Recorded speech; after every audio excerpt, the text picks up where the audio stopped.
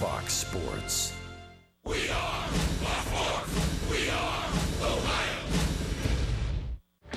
The Indians jumped all over Ubaldo Jimenez in the first inning, and that helped them jump into first place for the first time since July of 2013. Clutch hitting and starting pitching have been keys as the Indians approach the Memorial Day benchmark. Rookie Mike Clevinger gets the start today, looking for his first win and a series victory over the O's. Don't spill the ketchup. Sports Time Ohio baseball is next.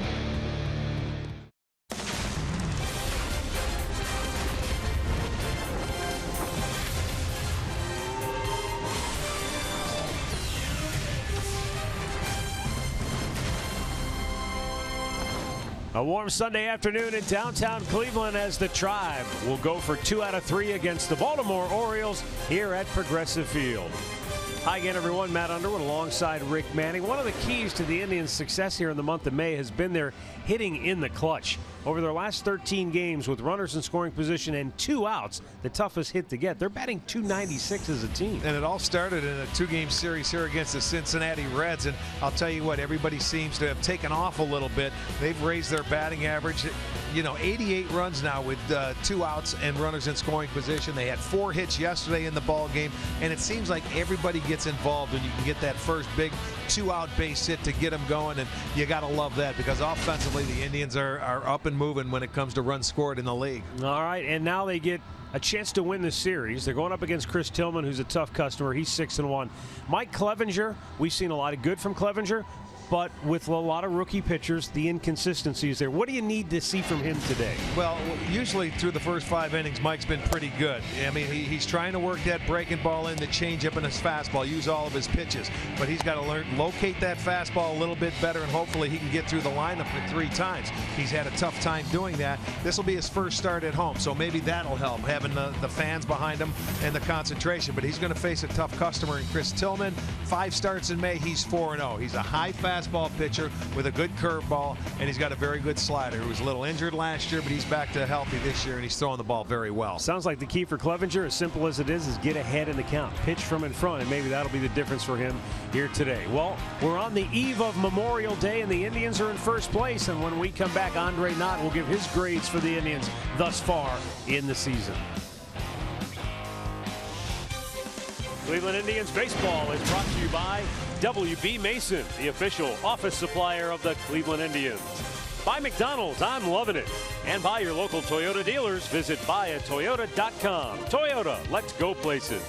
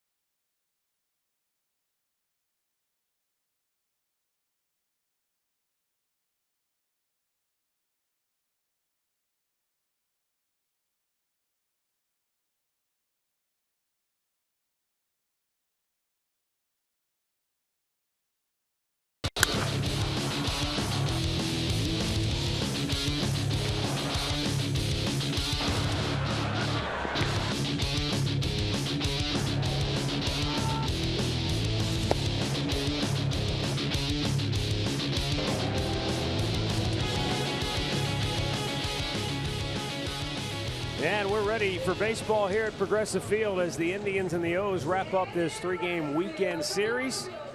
Tribe wearing the home whites today. Baltimore on the road grays. It'll be Mike Clevenger against Chris Tillman. And tomorrow is Memorial Day. It will be the 49th game of the year for the Indians tomorrow. And so let's go down to Andre Knott, get an idea of where this club is at right now as we reach the Memorial Day moment. And, you know, hey, they're in first place, so it's kind of hard to argue with that, isn't it? Very hard to argue with that. I heard you say I was going to give them a grade, and I think when you grade it, you really think about two things. Think about Carlos Carrasco making 4 starts. You think about this guy, Francisco Lindor, on the way to becoming an all-star possibly. And also, you think of Michael Brantley not being in the lineup for very many games. It's hard to grade this team or not look at it well when you consider the slow starts they've had under Terry Francona. What truly stands out, though, is the 2-out hitting with runners in scoring position. And some of the pitchers that have stepped up and pitched well. Danny Salazar is finally having a season that they like. And I think when you talk to the guys in the clubhouse, Mike Napoli hit it best yesterday. He says, I think we're in a good place because guys are picking each other up at a place where we know we need a little bit of help. When we get these other guys back, we hope to be that much better. So I think going into Memorial Day, this team's in a good place, whether it be physical or mental. I would agree with that because this team, they need everybody on that roster to do well and to perform in some way, shape, or form. And you know what? They're going to get better, I think, as the season goes on because it's all a matter of knowing your personnel and picking everybody up. They're in the midst now of 20 consecutive games before their next off day. It's not till June 16th. So they've got a lot of baseball to play, and that's going to be a tough stretch because there's some very good baseball teams they're going to have to play. This alone could put Francisco Lindor in the All-Star game. What, the slam dunk on Andre? This is from a standstill. He didn't even get a running start. This is an alley-oop dunk. He got the gum and dunked it on Andre's head.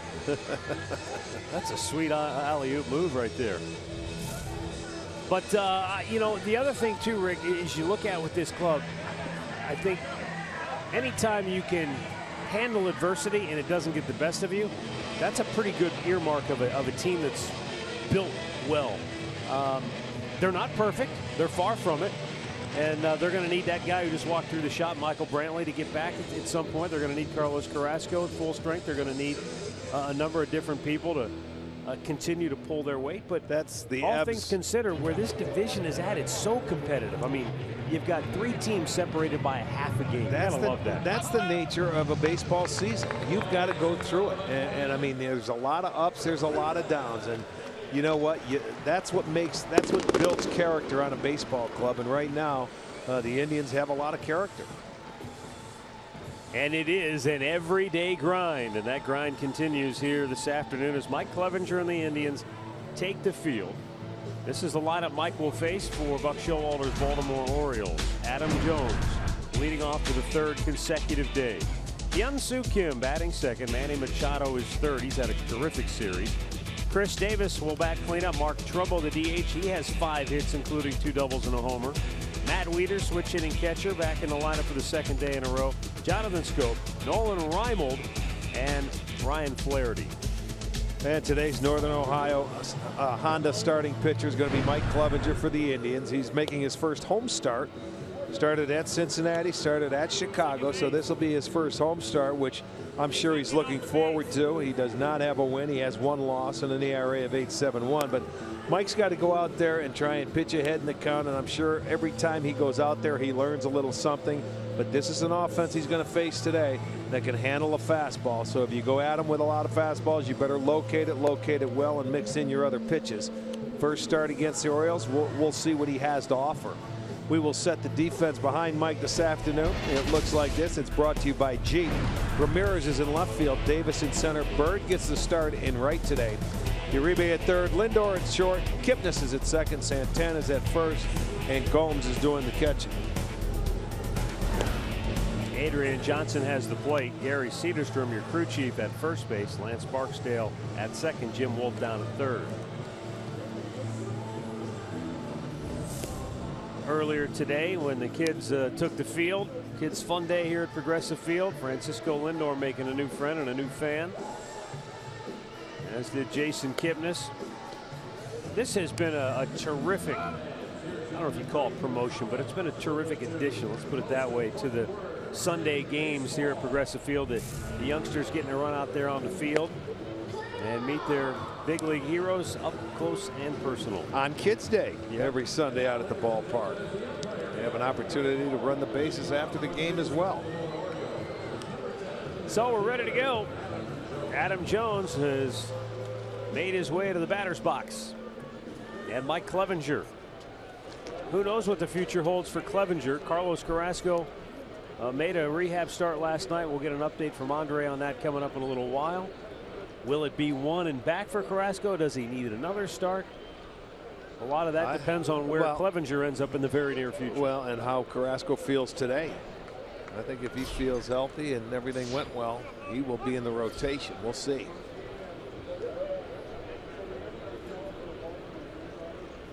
Mike winds and deals, and a fastball misses inside for ball one. 83 degrees under cloudy skies.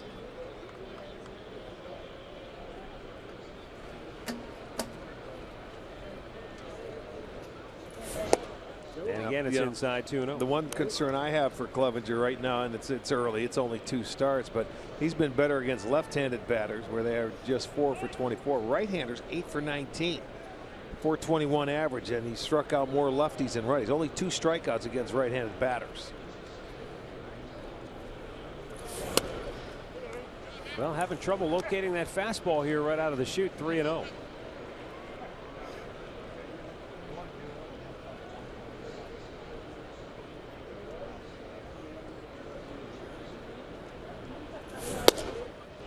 And there's a good fastball and well located too. That was no get me over right down the middle job.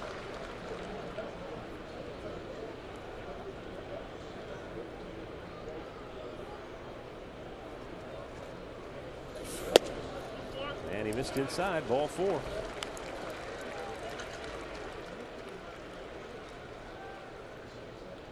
Well, this is what Carrasco did last night at AA Akron. He went 4 innings, made 53 pitches. He did not walk a batter, struck out 6. He did give up 7 hits, but we understand he covered first base, you know, on a play similar to the one that he got hurt on. So maybe that was a nice mental hurdle to clear. Hyun-Soo Kim takes a look. It's up high. Ball 1. And Clevenger, 6 out of 7 pitches, or rather 5 out of 6 pitches have been out of the zone so far. Well, one thing you don't have to worry about the Orioles is stealing bases. They've only stolen 8 as a team, and they've been caught 6 times. So that really takes a little bit of pressure off you. You don't have to think about them running all over the place. Is that a product of the ballpark they play in? They don't really need speed, so they don't look for it, essentially? Well, yeah. I mean, they don't have the players, really, the base steals. They got home run hitters. That's how they score a lot of their runs. Over 50% of their runs have scored via the home run ball, 53%. So they don't run into outs, and they don't really have speed like that for base stealers. Top foul. Well, to that point, Rick, it was a runaway win essentially for Cleveland yesterday, but in the game Baltimore had a season high 6 doubles. However, the Indians kept all their hits in the yard. No home runs allowed. That's how you beat Baltimore usually. Right. Yeah, 110 of their 208 runs are scored on the long ball. That's old Earl Weaver baseball. Yes, good pitching and 3-run homers. 2 balls, 2 strikes.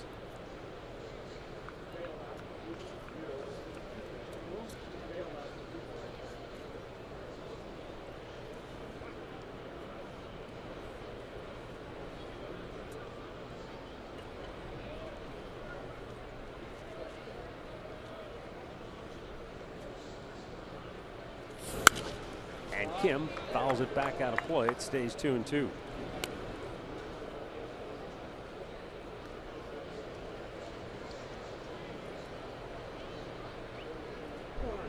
The Indians began the day a half game in front of both Kansas City and Chicago, 2.5 in front of Detroit.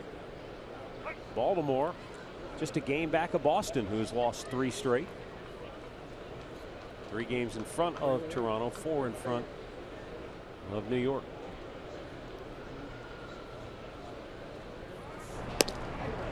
Jones back with a dive.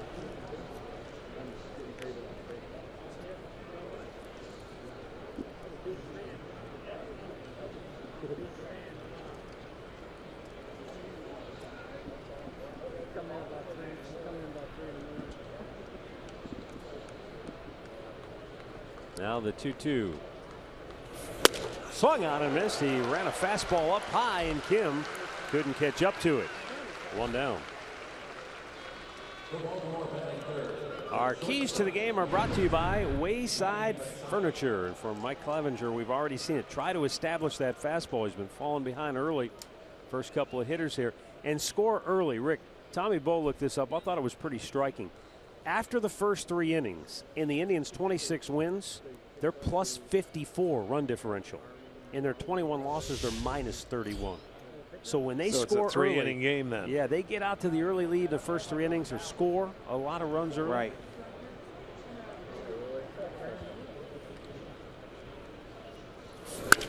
Smashed by third and into left field.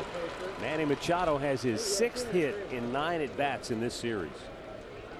Well, like I said, they can handle the fastball, so you better locate it. And Machado, he's been very aggressive, though. That one floats onto the inner part of the plate. You know, he's been very aggressive. He's gone after the first pitch, I'm thinking at least 7 times in this series already. So you have to be ready. That tells the story. When the Indians win, it's because they're playing from in front. If they can't get the offense going, or if they give up runs early, it makes it difficult.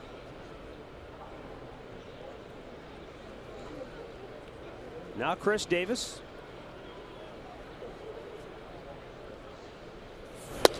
And it's interesting in that they may be playing one of the few teams this year that can overcome that kind of run differential. Baltimore's a team that from the 7th inning on, they do a lot of their damage.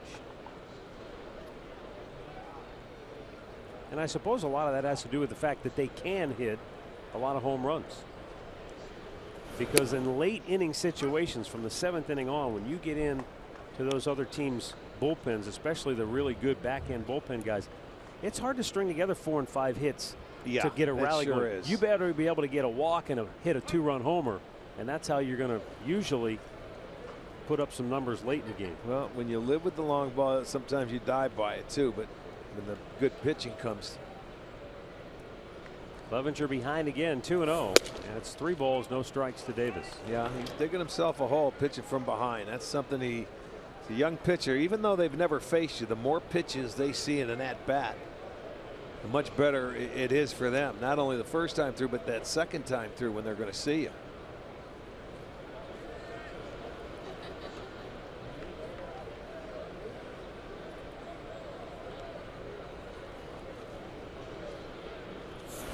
Davis swinging 3-0 and fouls it the other way. I knew he'd be swinging. When you're in that number 4 hole and you've got a chance to get a fastball that you think you like, they're going to get after it. Let's check it out on our Nissan pitch tracker.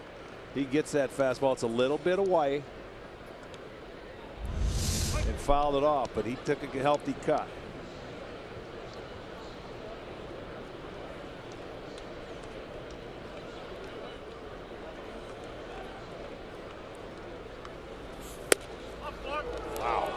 That was close, but didn't get the call. And now the bases are loaded.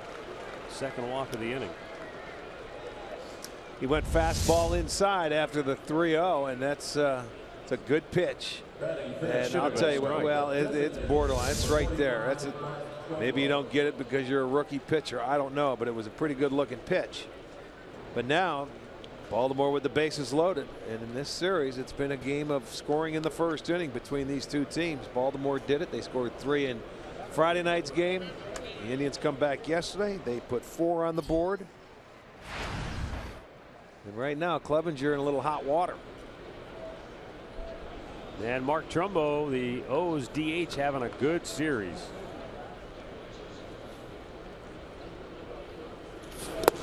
That's ball 1 on the dirt. Trumbo is 5 for 8 with 2 doubles and a home run.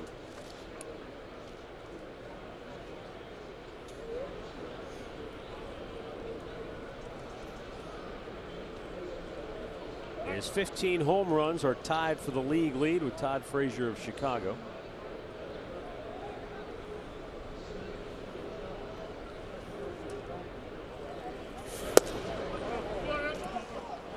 I don't know. Is there a strike to be had here? Well, as you know, when you're a little erratic early in a game, they're going to make you throw strikes.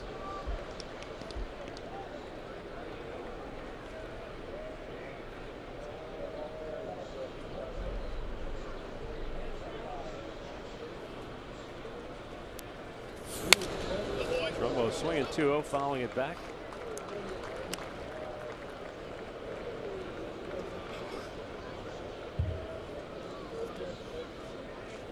Already a 20-pitch inning for Clevenger.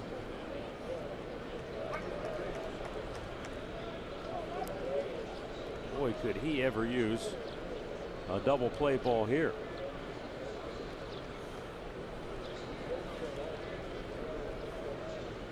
And on the 2-1, it's inside.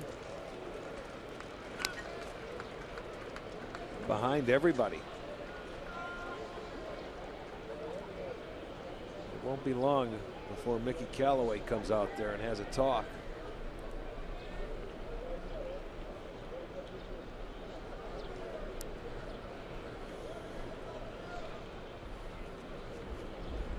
The 3-1 is slashed right side down the line and foul deep.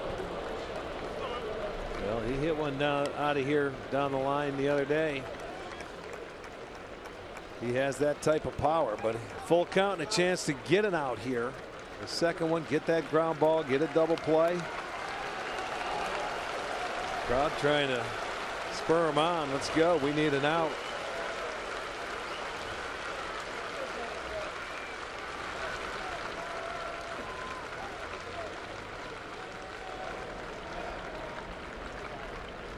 And with the bases loaded and one out, here's the 3-2 pitch. And a breaking ball tap foul. I like the pitch selection there. But Trumbo able to get a piece and stay alive. Well, you pretty much, as a hitter to this point, you got to look fastball.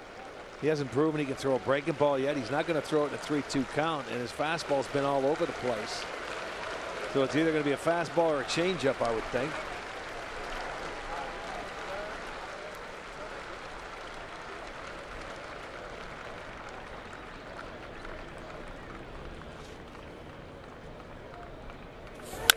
Smoke to deep left. And off the wall, and it caroms by Ramirez. That's going to get 2 home at least, as both Jones and Machado score. Here comes Davis. He's going to try to score 2, and he will. Wow, a bad relay. And that was being very aggressive there in the first inning, sending Davis. And here you go. They start with another 3 runs on a fastball right down the middle. And the way Trumbo's swinging it, he hammered it off the wall. Another double. And that had hit me all over it. And I mean, he smokes it off the wall. Watch it ricochet past Ramirez and left. And by the time Davis comes over, watch, he's getting the ball now, and he's not even at third base. He should have been a dead duck at home plate, but it went off the top of the glove of Lindor. I want to see this throw again. Just a little routine throw, and Lindor never caught it. That was catchable and a play that could have been made, and that enabled that 3rd run to come around and score, and out goes Mickey Callaway. So Baltimore breaking out of the gates early, and already a pitcher up in the Indians bullpen.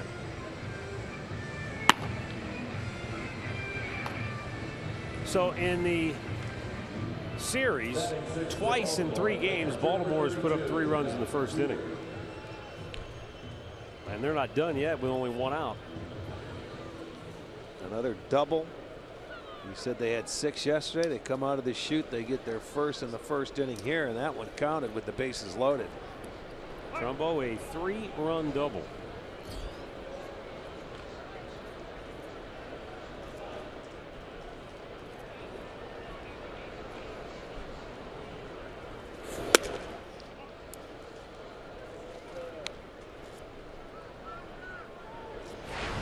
Matt Wieters, the switch hitting catcher, 1 for 4 yesterday with a double.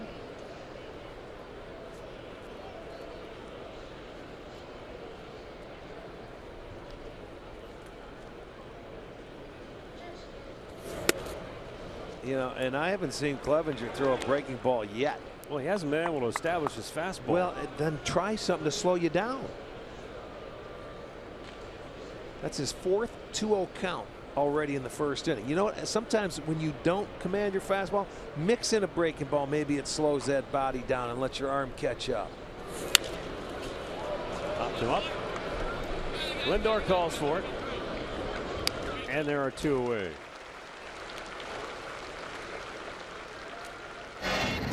Let's check out the sequence to Trumbo. There's a little breaking ball there, and he missed for strike 1. Went with a low fastball. It was down. Another fastball down.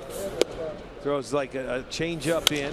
Fastball down and away. That one went down the line, and he fouled off a high one, and then smoked that fastball middle in.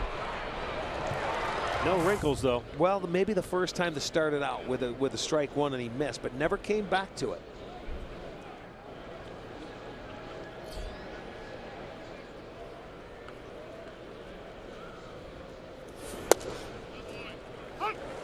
There's a breaking ball for a strike. And it gets ahead of Jonathan Schoop.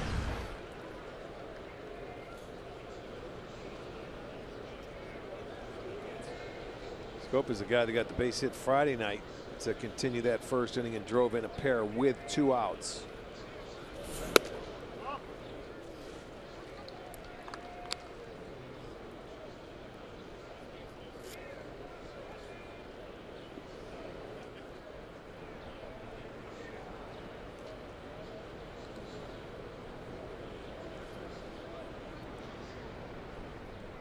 One ball, 1 strike with 2 down here in the first.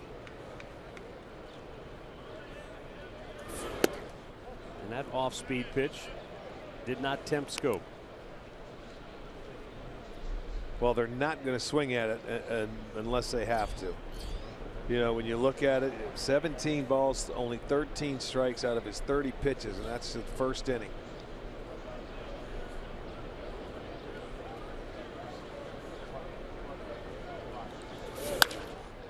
Foul down the left side.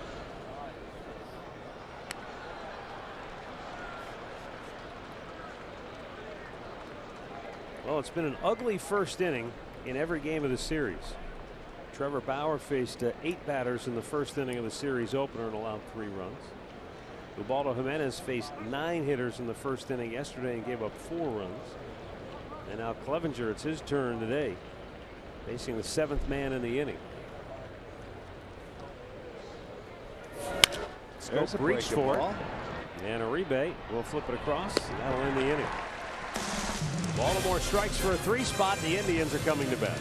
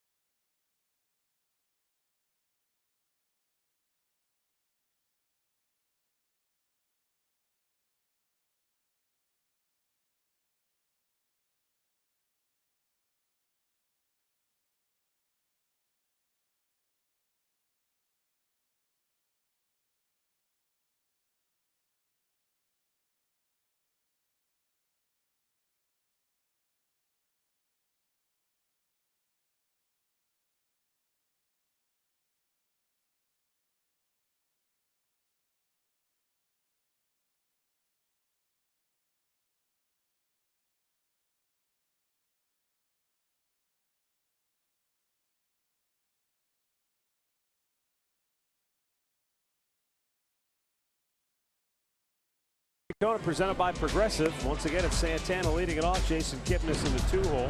Francisco Lindor will bat third. Mike Napoli is in the cleanup spot. Jose Ramirez, 5 hits in the series, will bat fifth. Lionel Uribe, 6th. Then it's Yan Gomes, Marlon Byrd, and Rajai Davis. And this afternoon's Northern Ohio Hyundai starting pitcher is going to be Chris Tillman.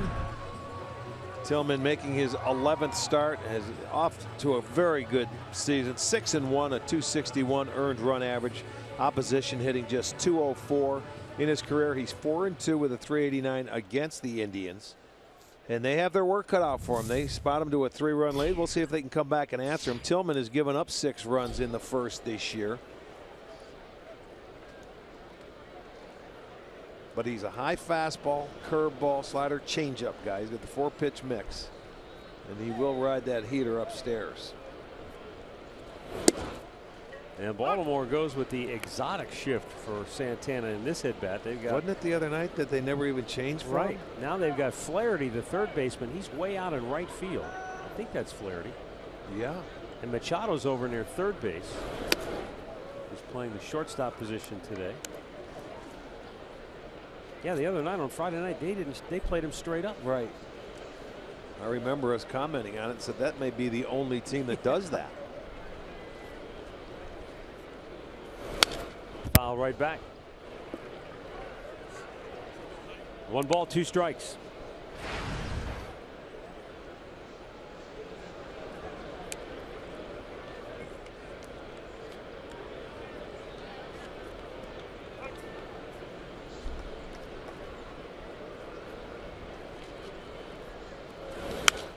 Out of play.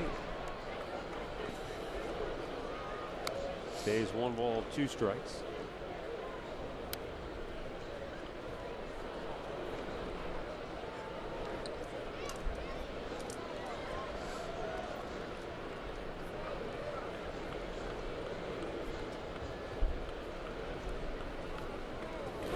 And that curveball's hit high in the air, right field. Back is Reimel. And makes the catch shy of the track, 1 away. And that Baltimore Oriole defense, they made 4 errors in yesterday's ball game, giving 27 on the year. It looks like this. Kim is in left field, Jones at center, Reimhold, who just made the catch in right. Flaherty and Machado on the left side. Scope and Davis is on the right. Wieters is doing the catching.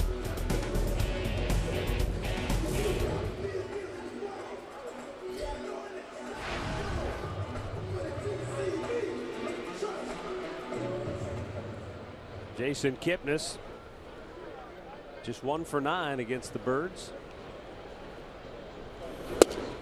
Taking a strike. So far, Baltimore in Tillman's 10 starts are 8-2, and they've given him pretty good run support, over 4.5 per game, and they're off to a good start today with 3 in the first, and he's won 5 straight starts.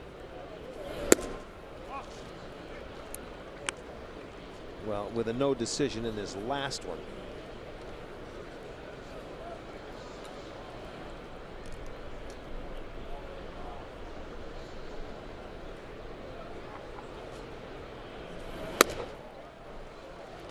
What a difference a year makes. Through 10 starts last year, Tillman was just 3-7 with an ERA fast approaching 6. Wow. Big difference.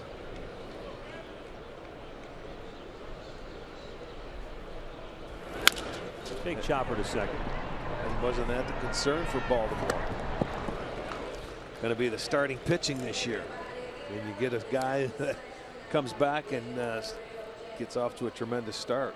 Well, Jim Palmer said he had a little bit of an injury last year that might have affected him. You know, knee, groin. You know, if you don't have your lower half as a pitcher, that can definitely affect the way you throw the baseball. With more on Tillman, here's Andre. Well, the thing about Tillman right now is getting that high fastball by guys and messing with their eyes. I'm talking to Ty Van Berkeley, because in his last 5 starts, he's got 34 strikeouts. But if you're patient with him, you can get the walks as well. He's had 16 walks over those last 5 starts. But he messes with the eye level, low stuff. Then up with that high fastball to get a lot of batters to swing and miss. Yeah, there, the fastball and that curveball that starts where that fastball is coming, then ends up down probably for a ball. So when you talk about changing the eye level, that's exactly how he does it. If you can lay off the high fastball early, make him get it down. you have a much better chance, I would think, and you can get the count in your favor.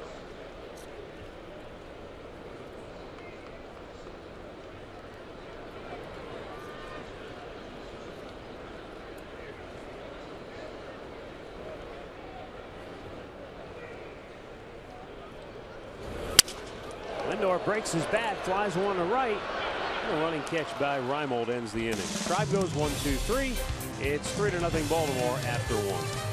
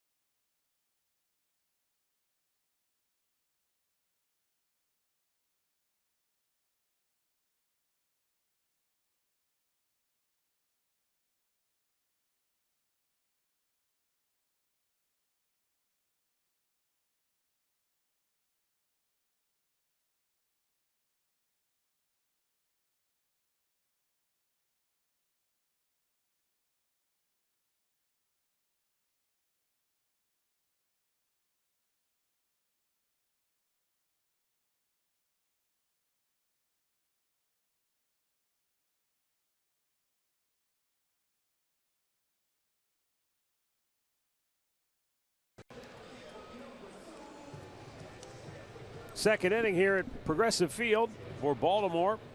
Nolan Reimold will lead it off. Sunday afternoon crowd filing in, and they fade to black just like that. Reimold 1 out of 4 in the series.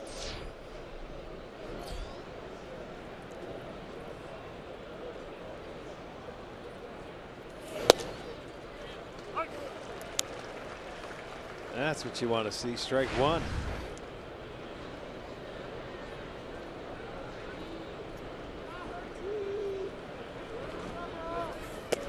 A little bit inside, evens the count.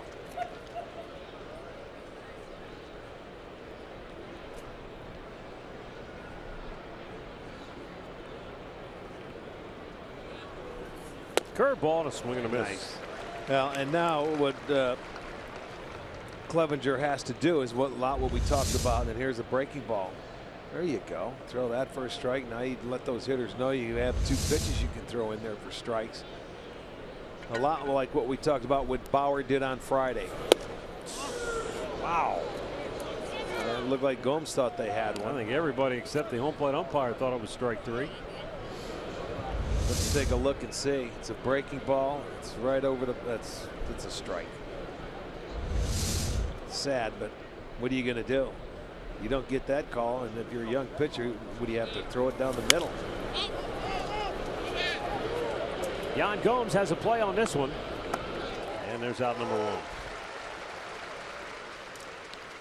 Well, Indians baseball is live with the MLB.com @BAT app. You can stay connected all season with radio broadcasts, video highlights, stats, news, and more. Just download MLB.com @BAT, the #1 app for live baseball on your smartphone and tablet.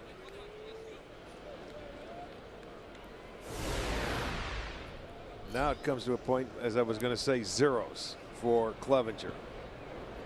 And keep your team in there until the offense can get rolling. Ball 1 to Ryan Flaherty.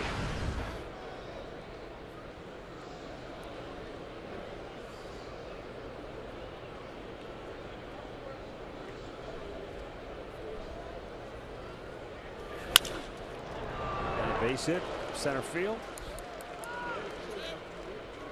Third hit for Baltimore, and we go back to the top of the order. Now stepping to the plate for the Orioles, the center fielder, Adam Jones. Our player profile brought to you by Levin Furniture. Adam Jones, a former first-round pick of Seattle, came to the Orioles in what was a truly lopsided deal with Chris Tillman, who's starting today, for Eric Bedard.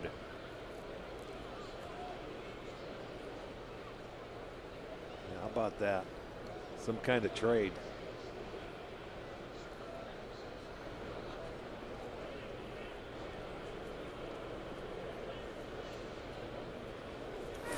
Swung on and missed. Now, you have to remember, too, at the time of that trade, Bedard was a left-handed starter.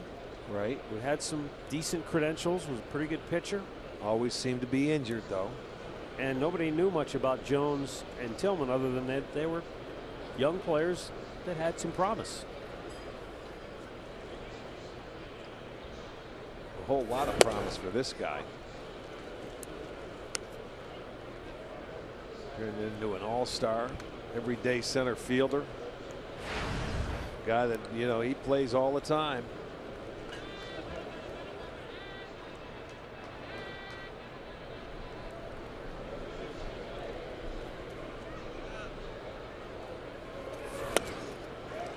Jones almost came out of his shoes. And they count 1-2.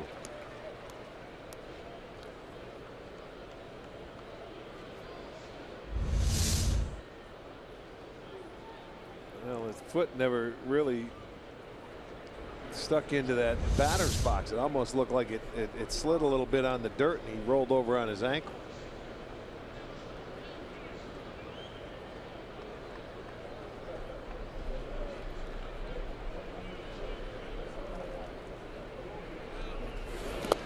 And he chased one, strikes him out. Second strikeout for Clevenger.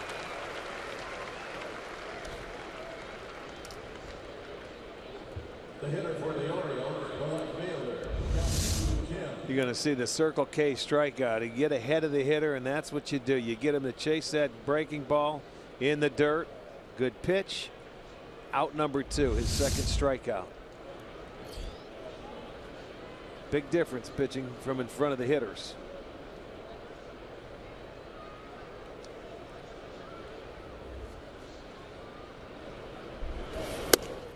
Hyun-Soo Kim struck out his first time up.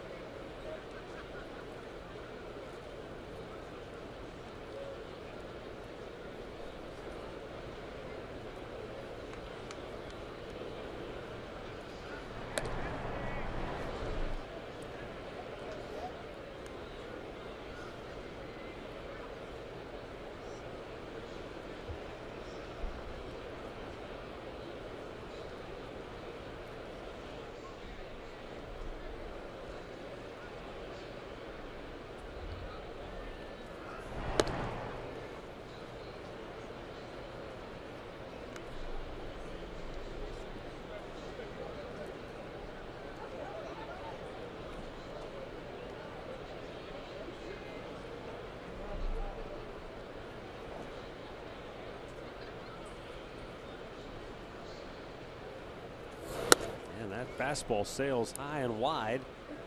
You see Gomes kind of giving Clevenger the sign to take a breath, settle. Yeah, this is the guy you want. You've got Machado on deck. You have 2 outs. You have a nice quick inning. Come on back and get this guy. You don't really worry about him running. Flaherty has stolen 1 base, and that's it.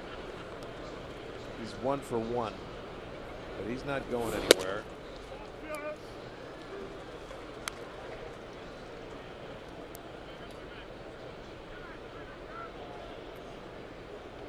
Well, and this has been his problem in the first couple innings. This is the 7th count for him after a 1-0 pitch. So far, there were 2 for 4 and 2 walks. After he gets ahead, strike 1, they're 0 for 3. Well, he didn't throw a strike to Kim, and that's his 3rd walk now. And there are 2 on with 2 out, And Manny Machado is the batter. At bat for Baltimore, number 13, Manny Machado. Bullpen will scramble into action once again for Cleveland.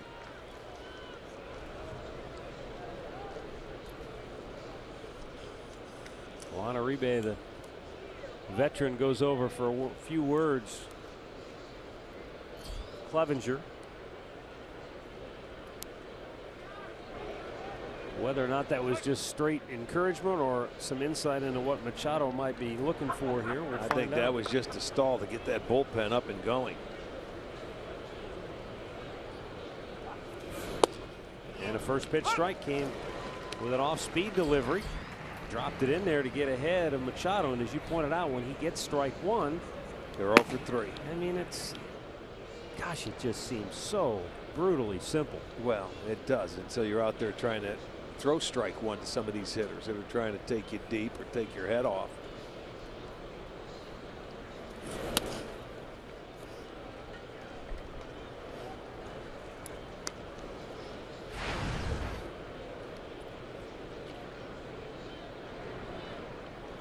All right, so it's been back-to-back breaking balls, and he's a 1-1 count. Let's see, Machado, I still believe, is sitting on a heater here.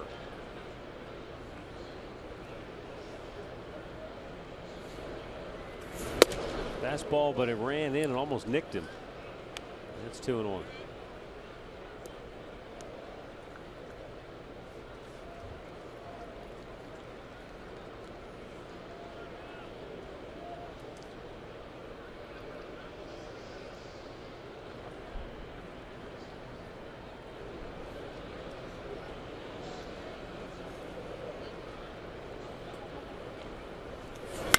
Smoke foul. Oh boy, one hop right in the glove. Nice catch. Didn't even get out of his seat. Played it right off that rubberized track. Acts like it happens every day. Well, they threw him a breaking ball there, and the count evens at 2-2.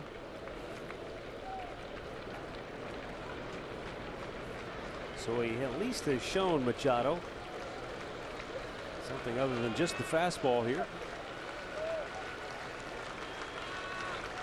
And the 2-2 is bounced in a full count.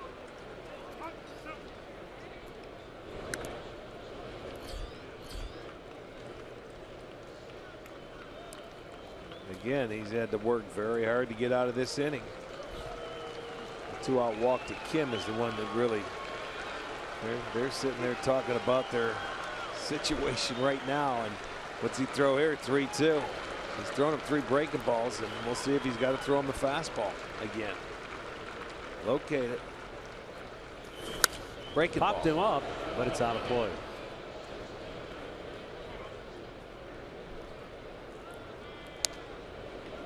So Machado will see another pitch. The runners will be off. And Clevenger is hanging by a thread. Well, I'm thinking, you know, he gives up a base hit or anybody else scores, he'd be gone. They need an out. They need a 0 on that board right now.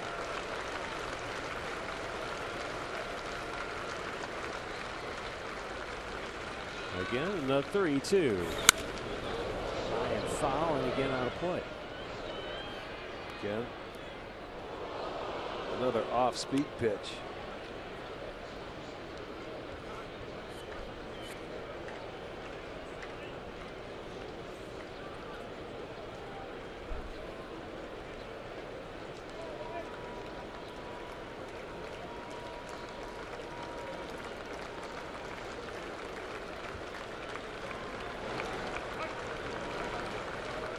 Baltimore with 2 on. Ryan Flaherty in scoring position. Hyun-Soo Kim at first. They'll be in motion on this 3-2. And Machado fouls another one off. Well, he's fouled off all the off-speed pitches. That was a changeup that he fouled down. It looked like it may have gotten a piece of his foot. But he's hanging tough. He's making them work. 9-pitch at bat coming.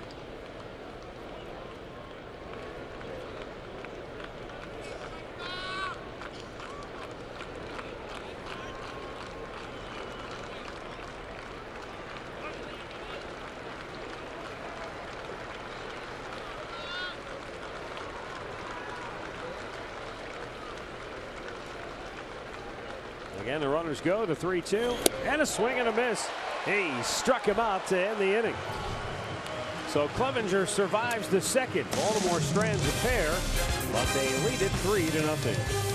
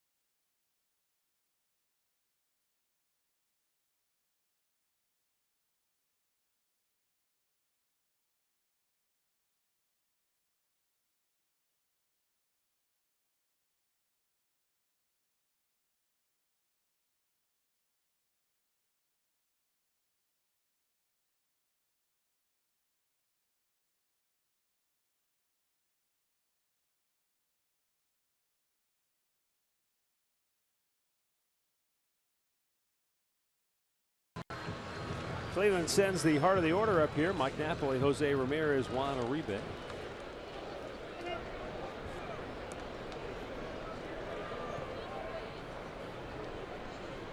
Chris Tillman's only thrown 12 pitches.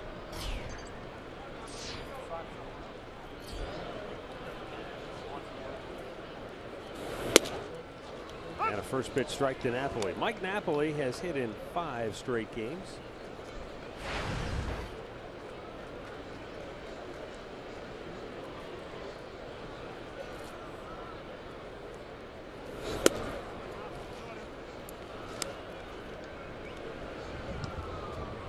Homers, 9 doubles, 33 driven in.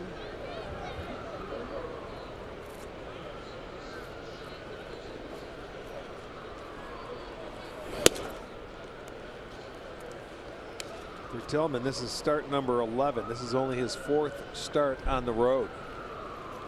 7 of them coming in Baltimore, where he's pitched very well, 5-0. If you can pitch well there and take that mindset with you on the road, you ought to be in pretty good shape. Yeah, no kidding. Smacked foul, look out. You would think so.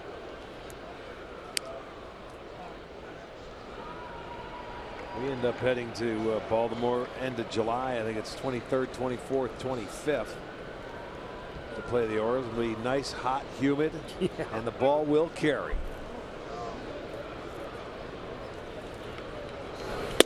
Outside. And a full count.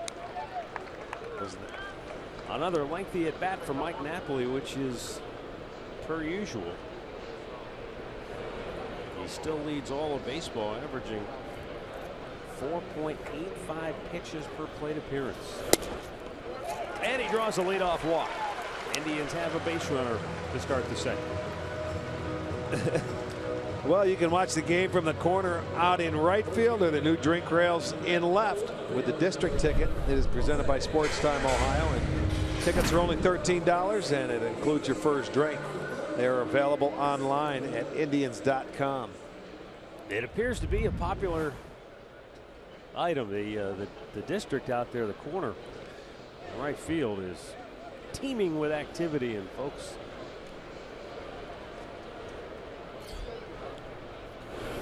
Jose Ramirez looks at ball 1 inside.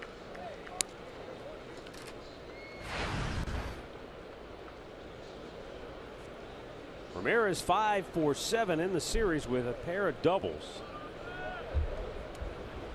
Can they ever use him or use one of those doubles here? Yeah, that'd be nice just to get on the board. Kickstart things.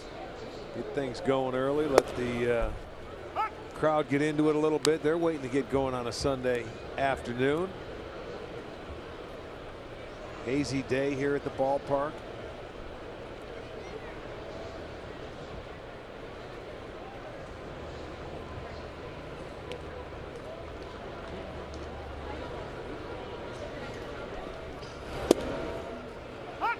And Tillman gets ahead of him 1-2.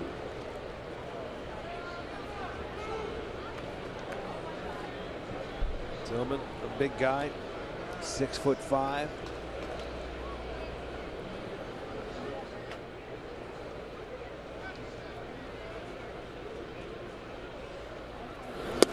There's that pitch, that fastball, not down the middle. It was away, and he got the swing and miss.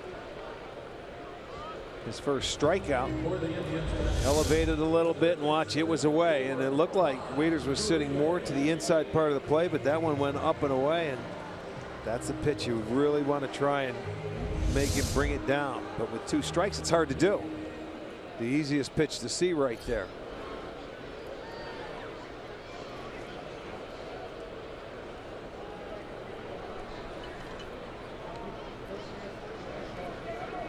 Juan Uribe.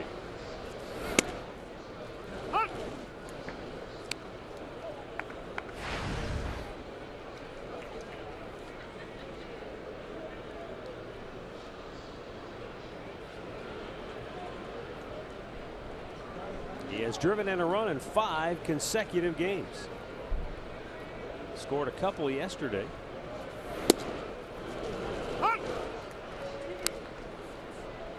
And if not for an unfortunate official scoring decision, would have had a 3-hit ball game. But we did talk to Bob Neighbor, the official scorer, and by the very definition of the rules for official scoring, he made the right call on the ball that was hit by Uribe yesterday, in which Alvarez, the third baseman for Baltimore, was charged with an error. We both felt that, you know, Pedro Alvarez had to dive to make the play to stop the ball, and then he got up and threw, and the throw was wild. No ordinary effort. Was it? Yeah, we thought it was beyond the ordinary effort. Right. Should have been a hit, but Bob said that by the letter of the scoring definitions, even if a guy dives for a ball, if he gets up and has time to throw him out and makes a bad throw, it has to be ruled an error. And that's how the league wants it. Yeah. He said he did that. That's what he believes in it, because we have talked to him. We mentioned that yesterday a number of times last year, and they had 2 calls that were sent in last year, and they were overturned on him because he gave hits and they were reversed to errors. Yeah. So he says that's what they want me to do, so that's what I do, and it makes sense. And he said, you know, the league, or the Major League Baseball's view is it's a 2-part play, which I just have a hard time. I don't agree with it. That's it. Simple as that. Uribe smokes it foul. And that's what's great about baseball. We don't always agree on things in baseball. But here's the play we're referring to in case you missed it. He smoked it to third. Alvarez had to dive to the line. That's tough an play right there. Play. Now when you get up to throw, you see the throw short hops him, and Davis doesn't come up with the play. Now certainly if he makes a good throw, he's out. Okay, yeah, we all get that. But it's not a routine, ordinary play. It's not an easy throw. As you say, the internal clock is running on that guy that's the defender. And a routine double play ball here. And the Orioles get out of the inning. Through 2, it's Baltimore 3, Cleveland 0.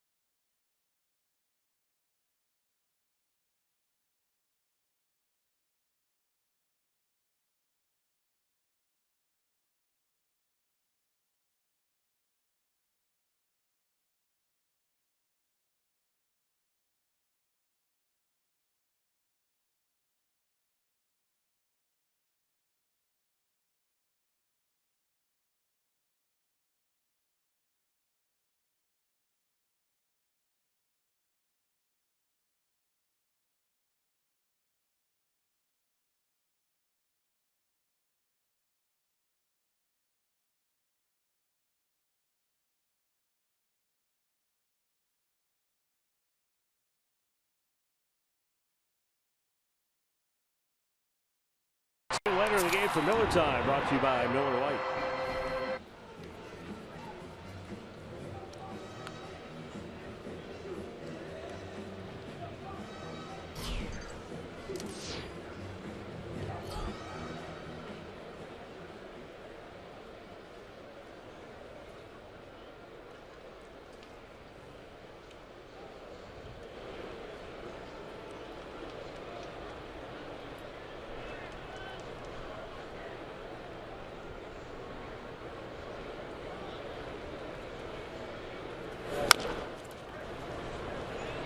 To third base and a rebound. Nice play on the move. The retired Chris Davis one away. What you like to see? One pitch, one out.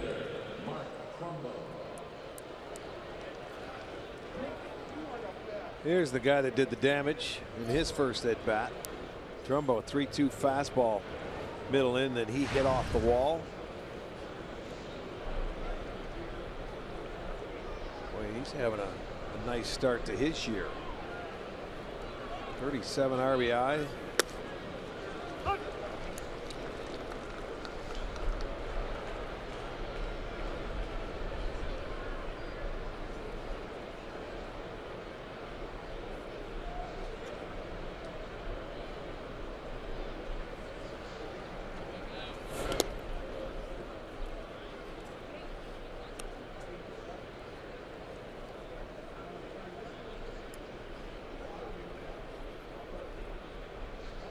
He had back-to-back 30-plus homer seasons with the Angels.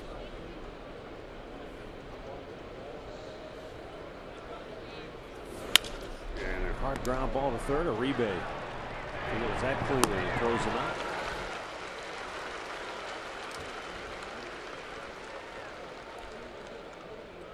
Well, get yourself a Tribe duffel bag. That'll be tomorrow night. The Indians are going to take on the Texas Rangers, who come into town. 10,000 fans will receive the bag. That is courtesy of Sherwin-Williams. Visit Indians.com for your tickets.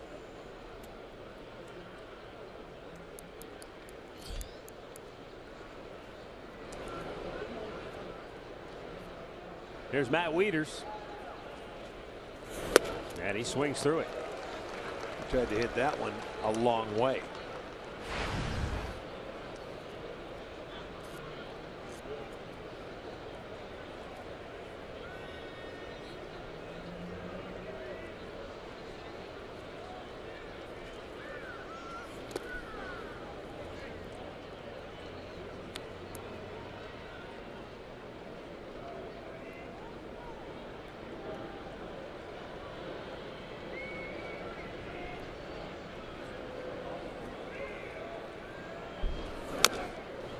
Reach for it, but pulls it foul. And the count 1 ball, 2 strikes.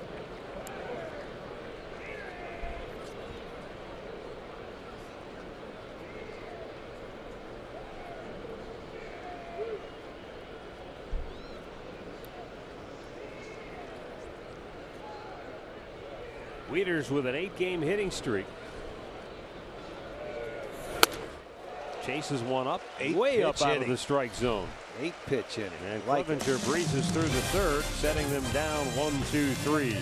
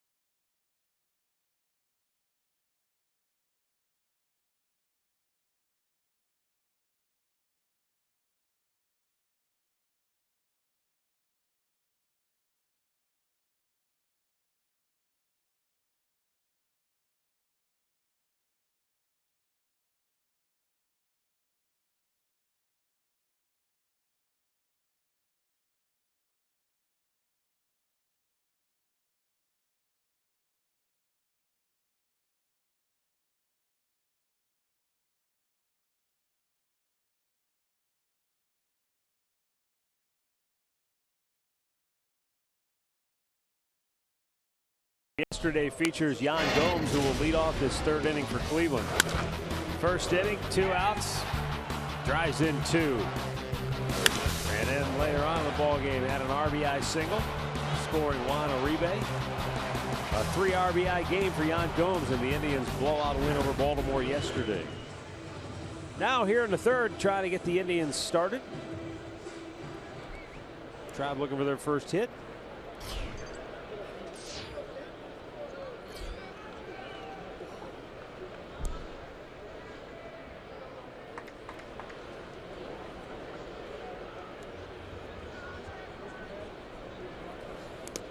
And a ball bouncing in front of the plate.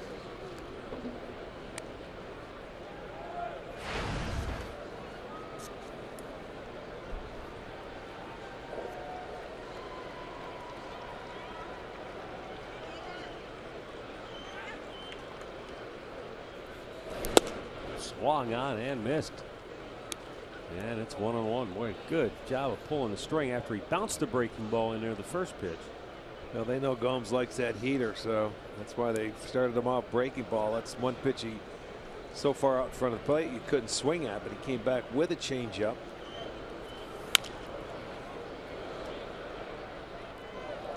Now he's down 1-2. I would expect him to try and elevate the ball here to Gomes. Yan Gomes, a very good low ball hitter. Then you have Tillman, that can be a high fastball pitcher.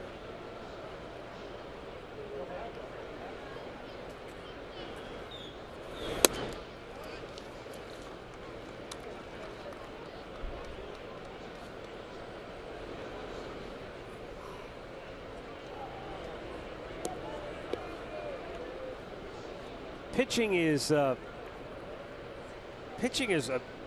really hard to figure out sometimes in baseball. You know, we were talking about it the other day, and Jan was saying it, and it's the same conversation I've heard from you. 2 completely different generations of baseball. You used to say Catfish Hunter was a comfortable 0 for 4, and Jan was saying, he goes, you know, you think about it, who would you rather face, Bartolo Colon or Noah Syndergaard? Well, obviously you're going to say Colon because Syndergaard's filthy. He's got nasty stuff. Right. But he goes, Colon, you still go up there, you're 0 for 4. Yeah. He said, you see it, you think you're going to hit it, but it's just off the end of the bat, or it's in on your thumbs, or he goes, it's. He just knows how to pitch. I mean, some guys, he said, they have wipeout stuff, and you're like, ooh, this guy's nasty. But he gives up more runs than the guy that you see the ball, you think you're going to kill it, and you don't. It's not how hard or how nasty. It's just a matter of taking you off, keeping the barrel off, or the ball off the barrel of the bat. If you're a pitcher, change the eye level, change your speeds, move it in, move it out, like that. A shattered bat. And Gomes retired for out number 1.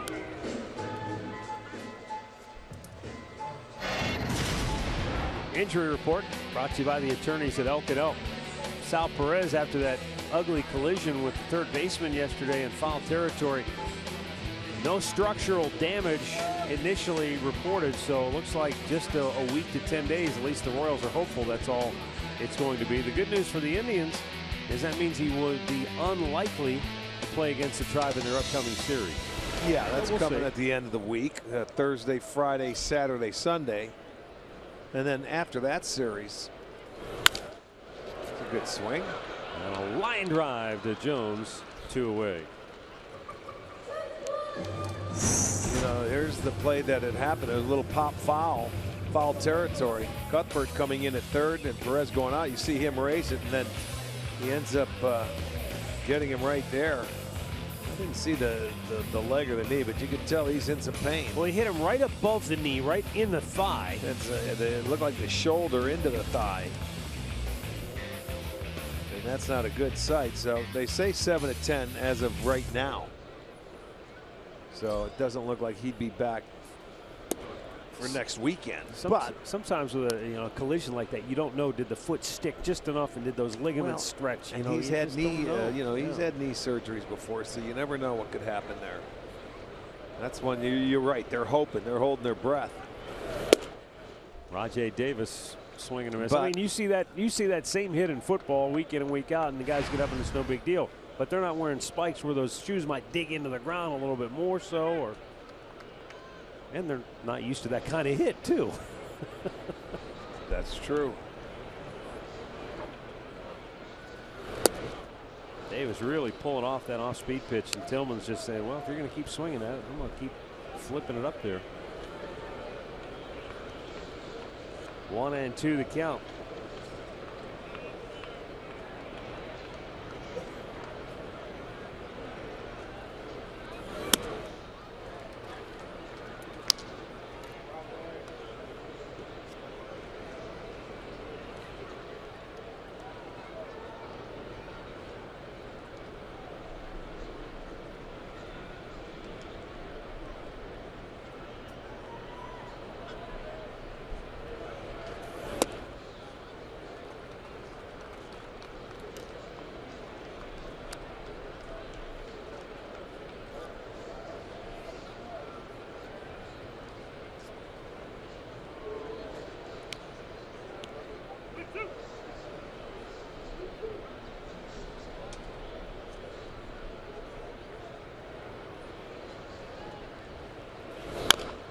Pulls it foul.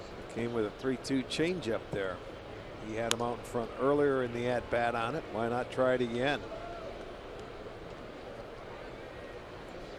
Tillman has walked one. That was Mike Napoli starting the second inning, but he came back and got a double play, a hitter later.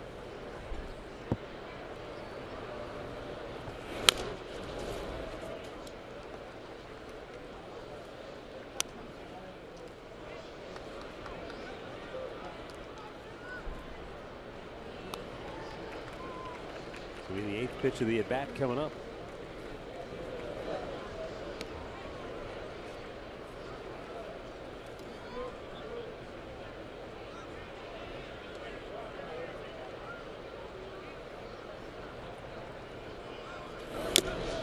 And he threw it by him with a good fastball, well located. And the first time through the order, Chris Tillman has faced the minimum and allowed 1 base runner.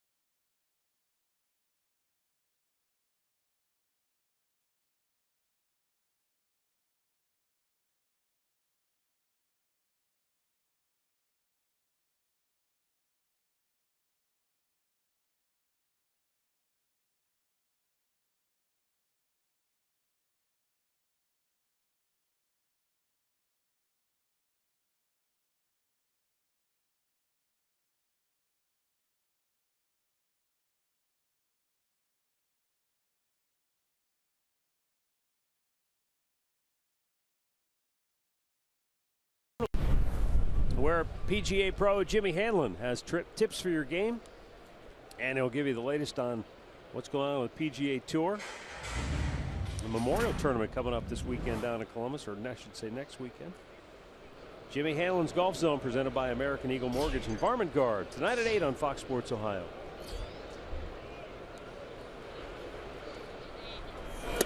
Swing and a miss, first pitch. Jonathan Scope trying to get after it. Last 11 pitches, 9 strikes for Mike Clevenger. Yeah, nice 8-pitch inning in his last inning. A couple of ground balls, a third, and a strikeout.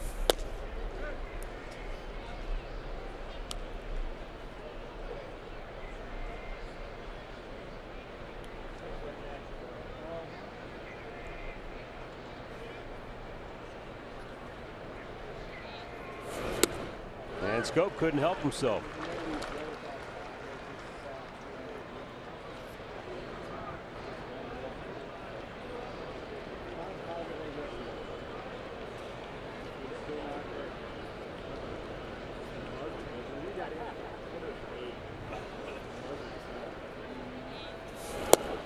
Down in the dirt, 2-2.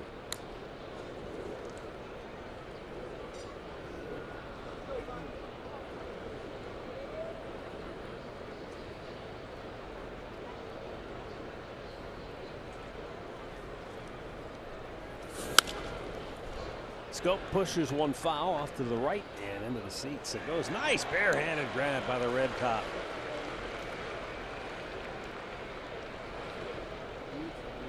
Got the 1975 or 76 blue top giveaway coming up here, don't we? We had it yesterday with Kluber. No, the throwback. I thought that was yesterday. The blue top is 76. Was that yesterday? Yeah, Kluber's 2-8.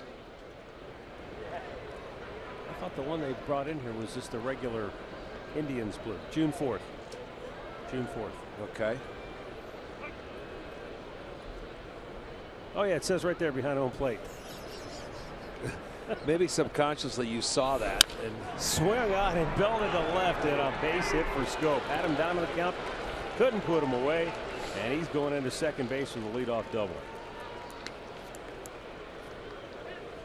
all right, second double of the afternoon. It's a breaking ball. Looked like a curve ball to Scope, and that one just stayed up a little bit too high. He kept his hands back enough to drill it down into the corner, so the leadoff double. Hit number 4 for Baltimore. Nolan Reimold fouled out his first time up.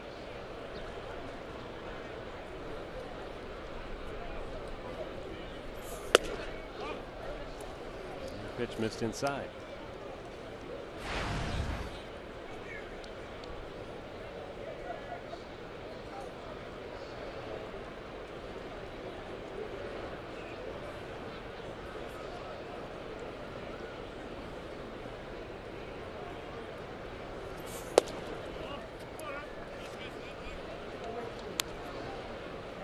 Two and 0.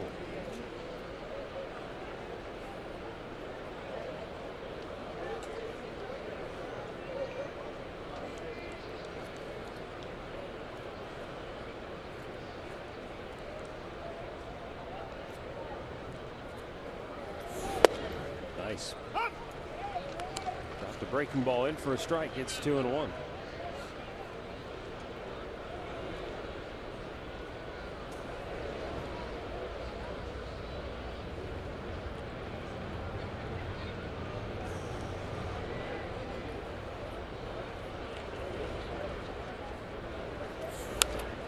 End of the bat just got a piece of that, and it's 2-2 now.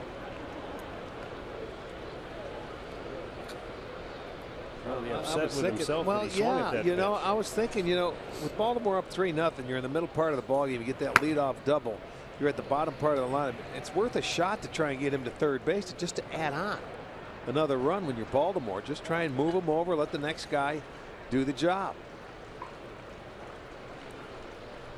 Here's the 2-2. And down low, full count.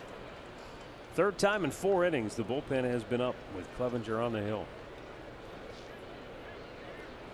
Dan Otero may have thrown as many pitches as Clevenger at this point.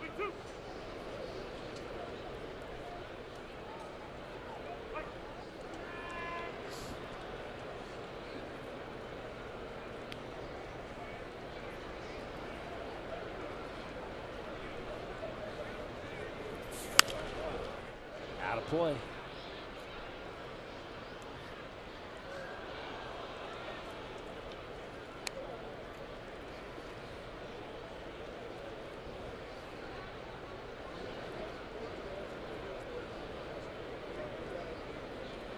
Ryan Flaherty waiting on deck. Bottom of the order for Baltimore.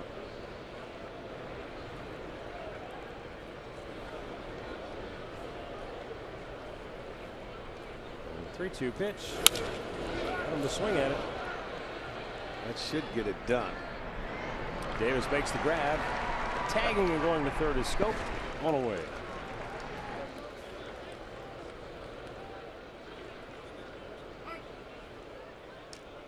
T-Mobile's greater coverage of baseball. Yu Darvish returned last night. Only made 80 pitches, but he went 5 innings and struck out 7, got the win. And Adrian Beltre with his 1,500 career run batted in. Yeah, what a career he's had. And you don't think Texas is happy to get that guy back in the rotation? And he'll be following Cole Hamels. Even though Hamels just suffered his first loss of the year, you think about that as a pretty good 1-2 punch. No question about it. Infield in now. Good block by Gomes.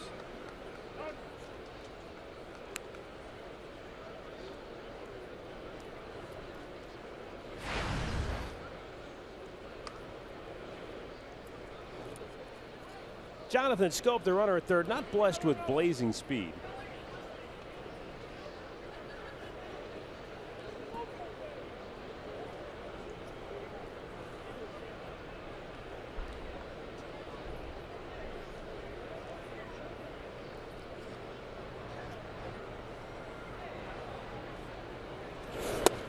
Missed again. 2-0.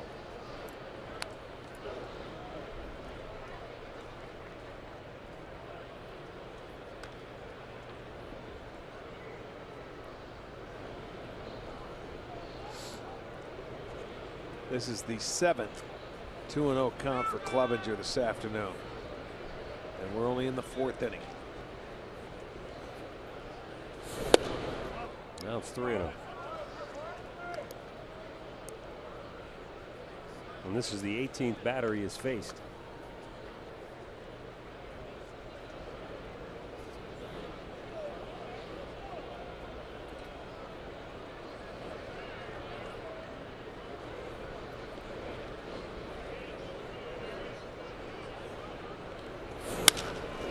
To left field. Plenty deep enough. Ramirez makes the catch. Scope tags and scores, and Baltimore's lead is now 4-0. They're going to get the green light. Hitting ninth, 3-0. Man on third base, less than 2 outs. He gets the job done. They get him on, they get him over, they get him in. For the Orioles, now hitting number 10, Adam Jones.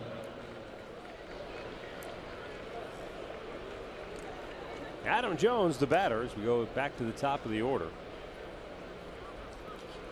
Jones walked and scored in the first, struck out in the second.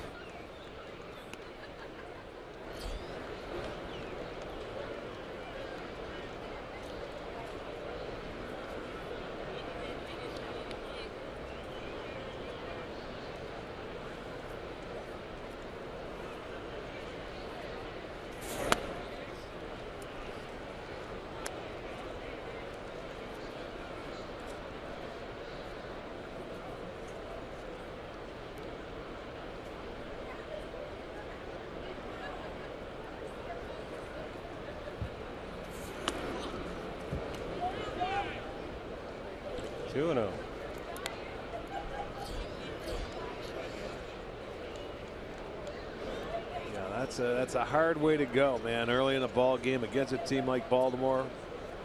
That third inning, the 8-pitch inning, was last inning. At least 20 every other inning. That's a tough way to go and a tough way to pitch at this level.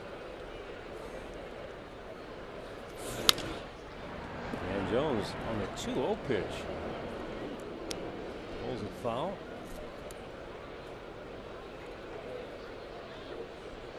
Well, what that's telling me, if these guys are going after it and they're not right in their wheelhouse, they're looking for a certain pitch 2-0, and if they get it, they don't care if it's a little outside. They're going to go after it and try and hit it.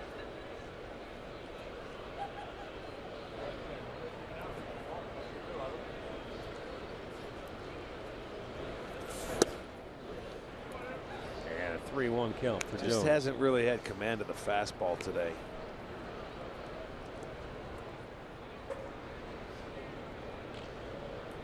And that's everything stems off of that pitch, commanding the fastball in and out.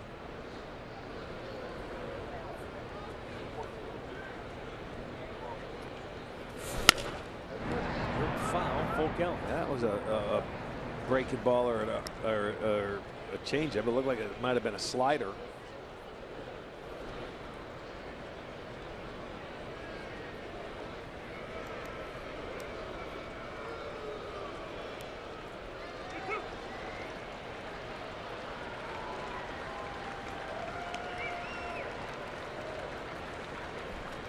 Clevenger, and the payoff pitch is fouled away.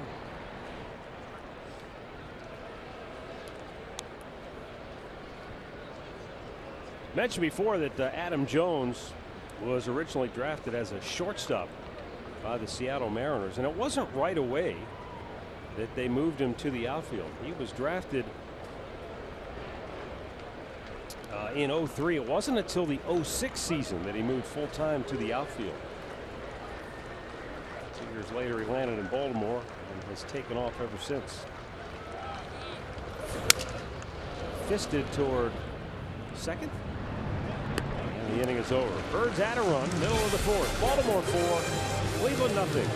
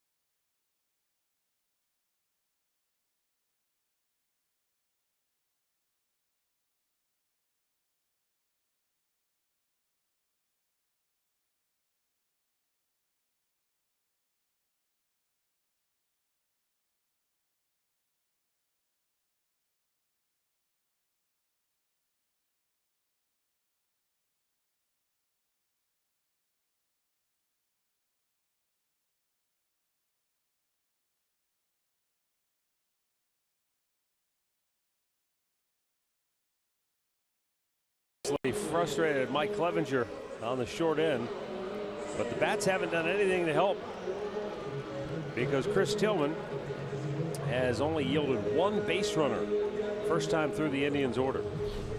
That was a leadoff walk to Mike Napoli, who was erased on a double play.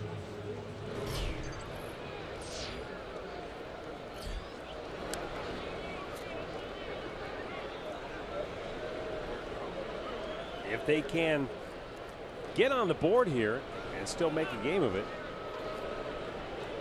be interesting to see how the rest of this game plays out. Santana swings and sends a long drive to deep right field, and they are on the board. Santana with his 9th home run of the year. A leadoff dinger in the fourth. It's 4-1. Well, there you go. They didn't have a hit that first time through. But I will tell you this, he was throwing some changeups on first pitches. And I think that's the pitch that Santana hit, was a changeup on the very first pitch. His 9th homer, the 50th for the Indians. It's a solo shot, but they're on the board. They get a hit, and there it was, middle of the plate. That little toe tap, and it gets out of here. So they are on the board. They answer already. Now they can go to work. They got the first hit out of the way. They got their first run. Third time in the series the Indians have led off an inning with a home run. And now Jason Kipnis, who grounded out his first time up. Santana tied for the team lead in homers with Mike Napoli. Kipnis pops it up to left. Kim catches it for out number 1. 13th time the Indians have hit a first pitch home run this year. Well, he stayed back on that one nicely. He's had a lot of hitters out in front on his changeup. But that right there, Carlos put a good swing on it, kept his hands back.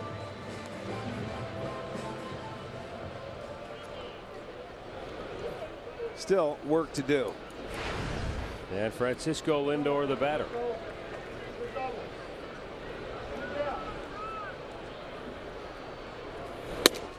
Up and away, ball one. Lindor flied to right, his first time up.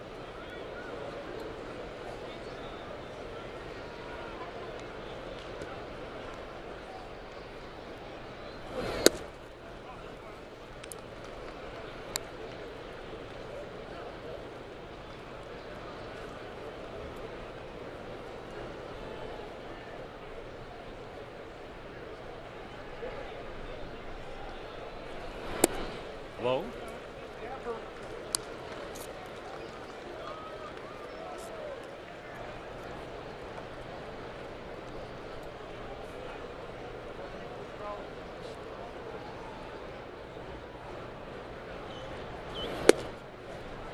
Fastball over the outside corner for a strike.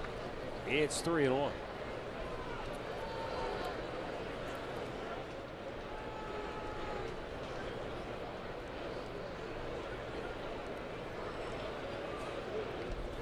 And he walked him. Second walk of the game. Well, KeyBank Kids tickets start at just $10 for kids 12 and under with the purchase of an adult ticket. And kids tickets are located in the Family Deck at Progressive Field and are only available at Indians.com/kids tickets.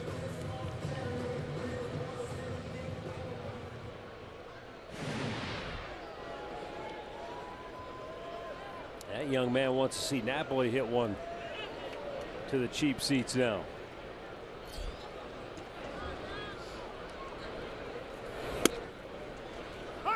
And a strike called.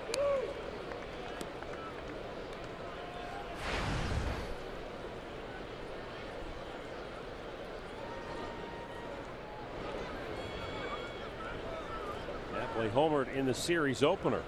And the Indians were trying to come from behind.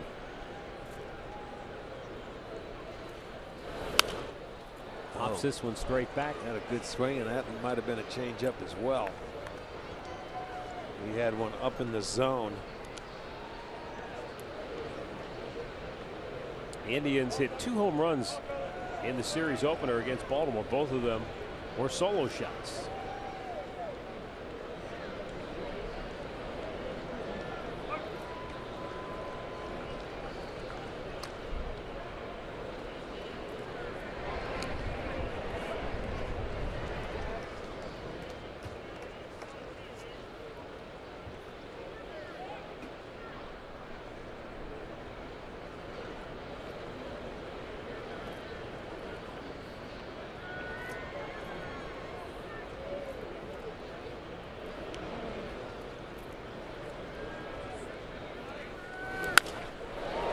Drives one to deep left field. Back is Kim.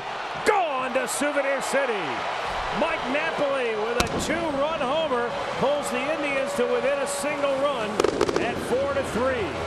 His team leading 10th homer of the season.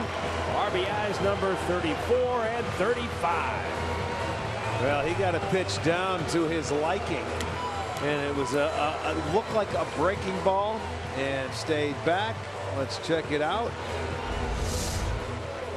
AT&T high-speed replay, Rick. Yeah, breaking ball down and in. Napoli on an 0-2 pitch. How about that? Right back into the ball game with a 3-spot of their own right here. He golfed it out. Yes, he did. He golfed it out of here. So big, the home run ball now looks good for the Indians. 2 in the inning. So they do indeed make some noise here in the 4th. And put themselves right back in it. That's the 4th and 5th home runs that Tillman has given up this year. And as soon as Santana ties Knapp for the lead, Napoli comes back and takes it back. Jones grabs it in center field, 2 down. Boy, he just stayed back and down and in and just boom. Look at that swing. Watch where the contact is made. Look where the ball's at. I mean, that's probably below the knees. Out of there. Yeah, no question. That was like a nice little 5-wood off the plate. Lana Rebe.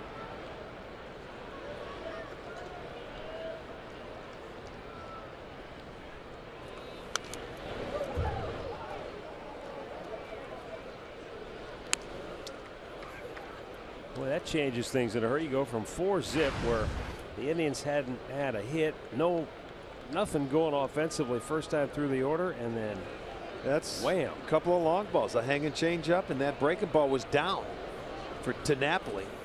You know, I would say that the change up to Santana was a bad pitch, but I don't say that pitch to Napoli was a bad pitch because he hit it off the ground. But there it is. It's about the big inning. They come right back and answer their first inning. So it's a ball game now. And it looks like Dan Otero will be coming on for Cleveland. I hope so. He's been out there.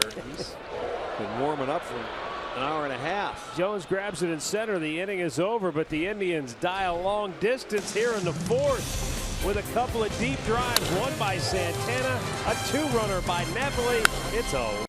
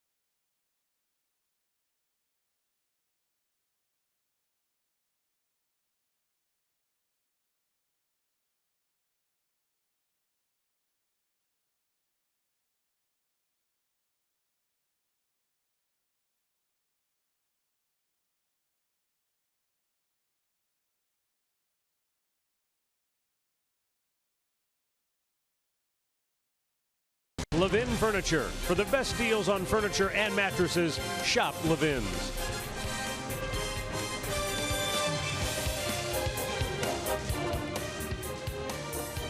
Here is the Cleveland Clinic call to the bullpen as we go to the 5th inning. As the Indians call on Dan Otero. Mike Clevenger went 4 innings, gave up 4 runs on 4 hits, struck out 4, walked 3. Dan Otero, no wins or losses, but in 16 appearances, he has given up just 5 walks. 14 have struck out. He's allowed 2 earned runs. And the opposing batters are hitting .230 against him.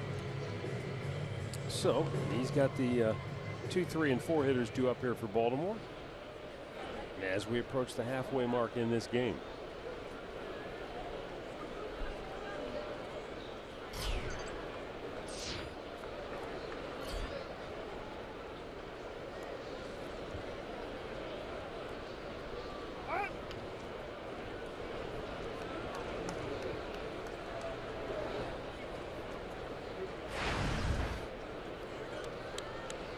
We talk about it after the Indians came back and answered that one that Baltimore added on.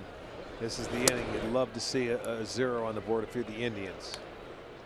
Keep that momentum in your favor. Try and get your team right back into the dugout.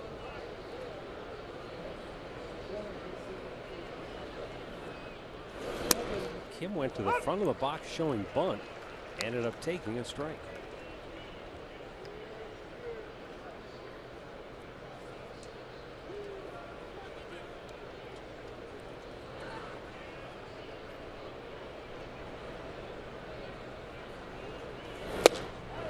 Threw it by him, 1-2.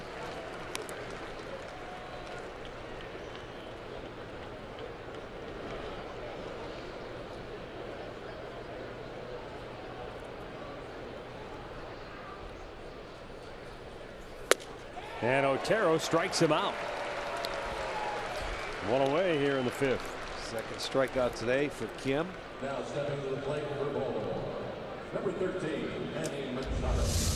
So they have worked him over pretty good in this series. Yeah. Fastball up and away. He comes up empty. Pulled off the pitch. So out number 1 here in the 5th. Now Manny Machado.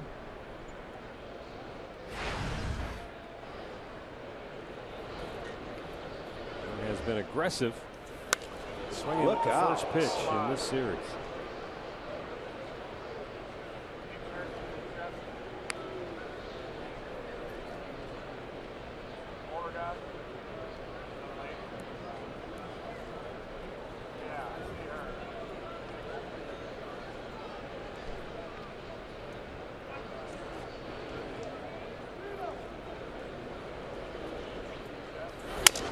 Broke his bat. Uribe's got to hurry. He throws. Got him. Whoa, nice play by Santana to dig it out. As Uribe got rid of it quickly, and there are 2 gone in the 5th. Nice barehanded play. Nice barehanded play to get that out. There's not much you could do. I think he wanted to check his swing, and he ends up shattering his bat. That sinker down and in. Tried to hold it up, couldn't do it. Here comes Uribe, makes a throw. Santana on the backhanded pick. Kept the foot on the base. Out number 2. There you see clearly. Had him. Nice play. Machado thought he was safe. No.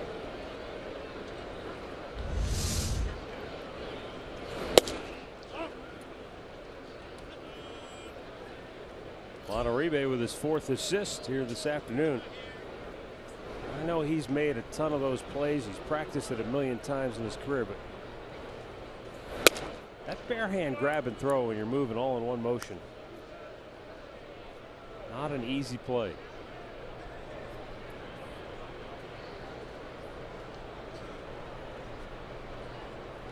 2-0 count for Chris Davis, and he's swinging and popping it high and deep left field near the line. And fair ball. Fair ball. You know, Ramirez got tied up against that wall once again. Well, that's going to happen to him. He's naturally not a left fielder, and balls like that are going to trick him. He was running it over there. And, you know, you talk about pitchers that are nice and easy and they can throw 94, 95. This is a guy with an easy swing that can hit the ball out of the ballpark. And he just stayed on it. That ball was really high in the air. It's slicing foul, and that's where you pin yourself up against that wall. You've got to give yourself about another 10 feet because you know it's going to go off the wall. But an easy double. I mean, he didn't get anywhere else. It was a double all the way anyway. So another double for for Baltimore and Davis. 2-out double here.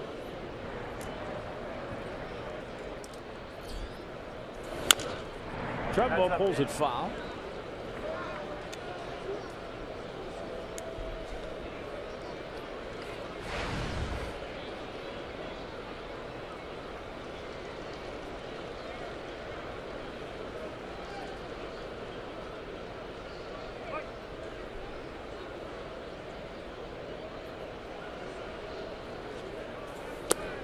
That's low, 1-1.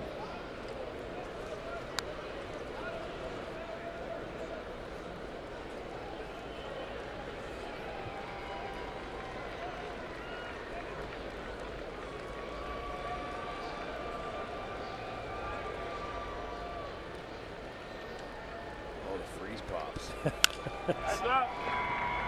Good day for those.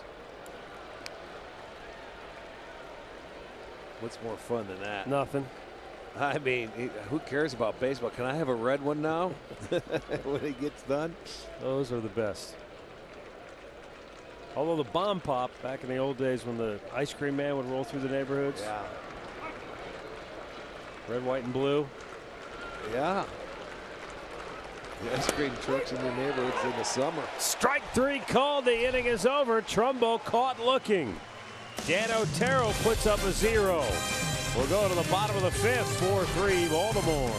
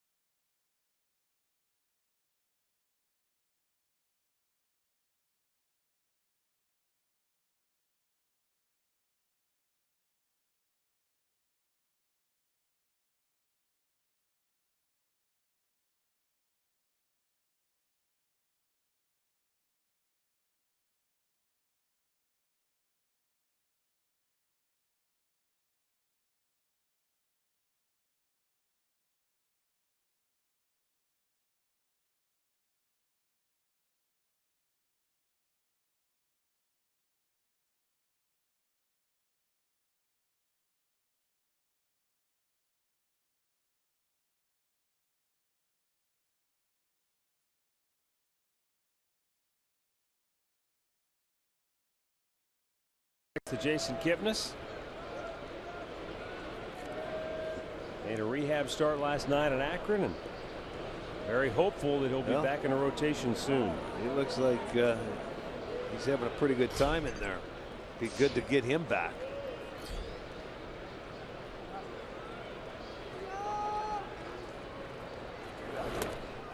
Rick, we have a no-hitter alert down in St. Petersburg, Florida. Jake Odorizzi has no-hit the Yankees through 6 innings. Okay. Now it's time to start talking about it. It's a 1-0 Tampa Bay lead, by the way.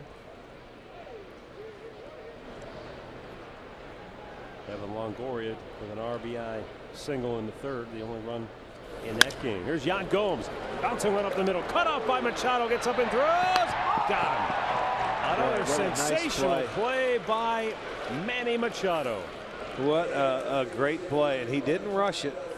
You realize who's running, getting down the line, and he gets him just by a whisker. He slides, gets up, and it's hard to do when you're a shortstop to get down, but you can see Gomes on his way there. Frustrating when you're the hitter.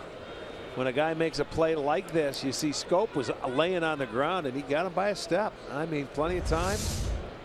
Bang, bang play, and a very good one. And to think about it, this guy's a third baseman. And when you're Yan Gomes, you're like, that's the kind of year it's been. Even when I hit one hard, somebody makes a great play. That's the frustrating thing about it right there. When you're, battling, you need every hit you can. Look at, see, he's shaking his head right now. Hang in there. That's a tough thing to do. Now Machado's playing third base, but he was originally a shortstop. Yeah, he was. And do you ever foresee him going back to shortstop at some point? Well, I'm sure if J.J. Hardy ever leaves, I mean, they like the defense of Hardy, and when Hardy hits and he hits home runs, that's a better tandem with Hardy there, who's a Gold Glover, and you've got a Gold Glover at third base as well. With Machado. So why ruin it just to change and put him back? I can see him going back to shortstop. Depending on what happens with the J.J. Hardy. Yeah, Hardy is signed through next year. So. Right.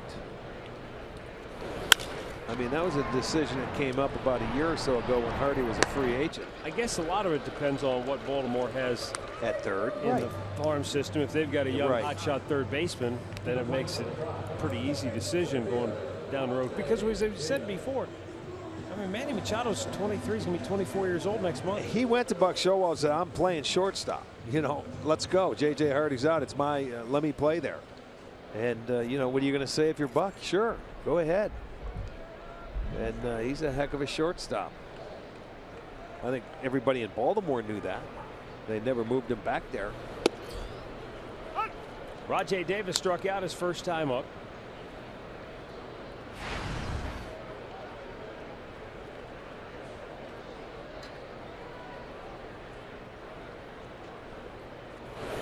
Way outside.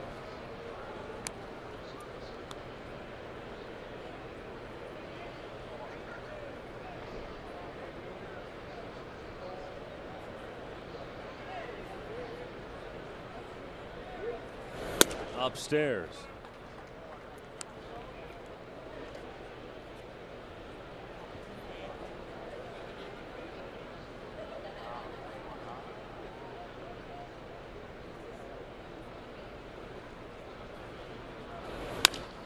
And Rajai Davis rips it into left field. It'll get down and go to almost to the wall. Kim backhands it on the track. But Rajai rolls into second base with a 2-out double, and that's the tying run in scoring position. Yeah, even if Kim cuts it off, it's not going to stop. It's not going to matter with Davis running. His 8th double this year. In-game recap brought to you by your local Toyota dealers. Mark Trumbo cleared the bases in the first inning with a double, and it was 3-0 Baltimore. They made it 4-0 before Carlos Santana led off the fourth with a solo shot. 3 batters later, Mike Napoli hit a 2-run dinger to close it to 1 run, and that is where we stand.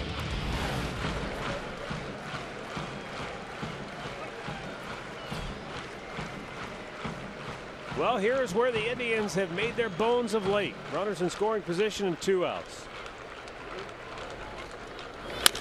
Santana, though, with a weak ground ball, will end the inning.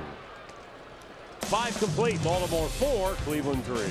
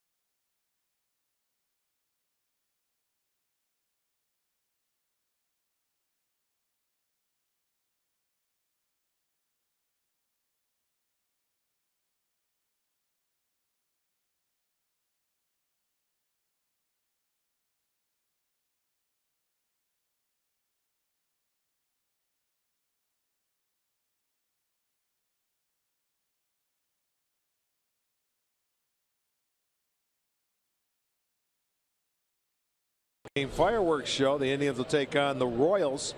Plus, fans 21 and over can enjoy $2 Miller Lights out in the right field district from 5 to 7. And 10,000 fans will get sunglasses. And that'll be Indians.com for your tickets. That's June 3rd against the Royals.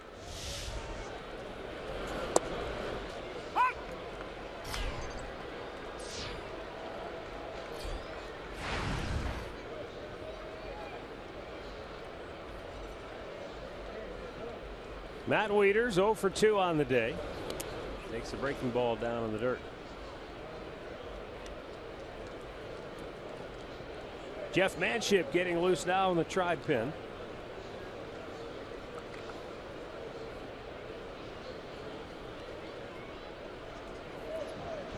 Otero with a scoreless 5th. He allowed a 2-out double to Chris Davis, but struck out a pair. And he floats one in to jump ahead in the count 1-2.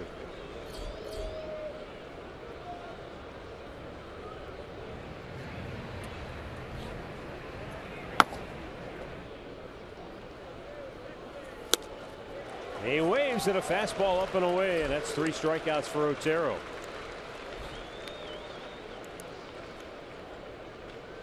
Let's go down to Andre. Hey, what do you got on Carlos Carrasco? What's the latest? The latest is he feels good, and that matters the most. He had 53 pitches last night, threw 10 more in the pen.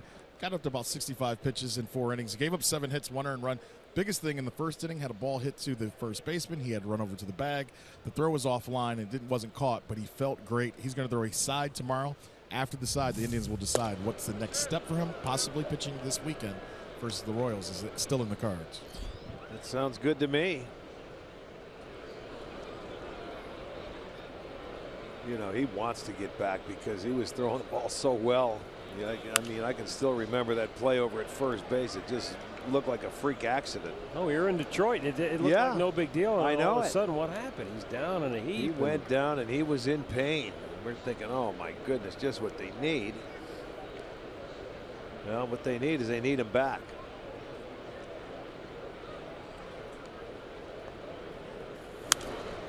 Popped up, back out of play.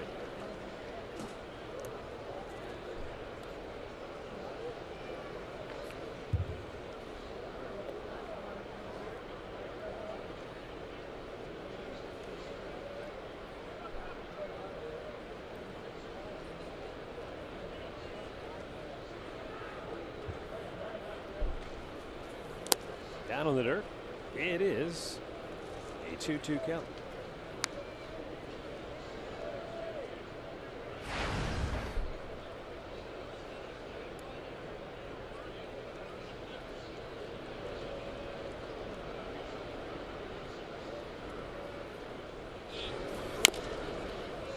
That stays foul.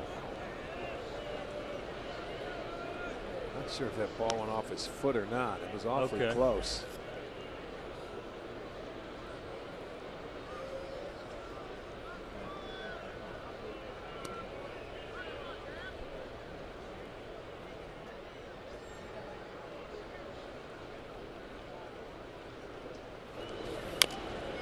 Well, that off of his leg.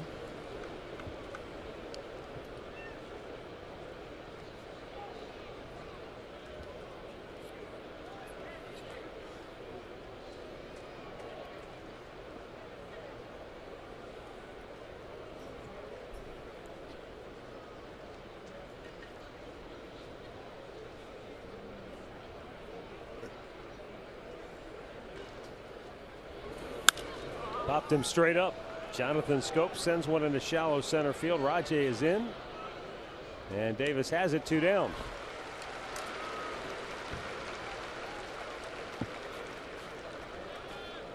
Stepping to the plate for Baltimore, number 14, Nolan Reinhold.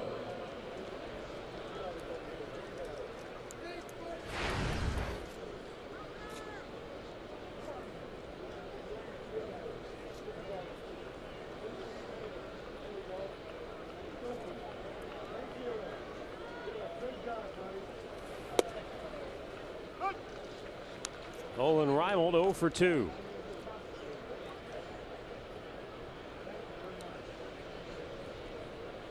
Otero trying to give Terry a couple of good innings of work here, and it looks like he did just that. Kipnis calls for it, and the second baseman squeezes it. 1, 2, 3 go the Birds. We go to the bottom of the 6th. 4-3 Baltimore.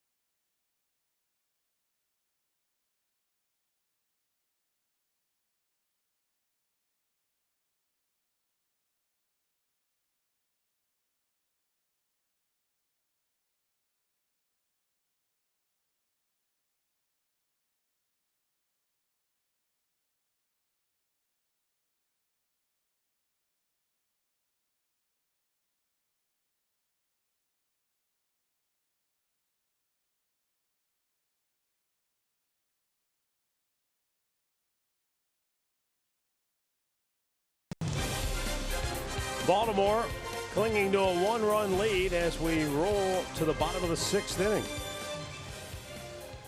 For Cleveland, Jason Kipnis, Francisco Lindor, and Mike Napoli due up.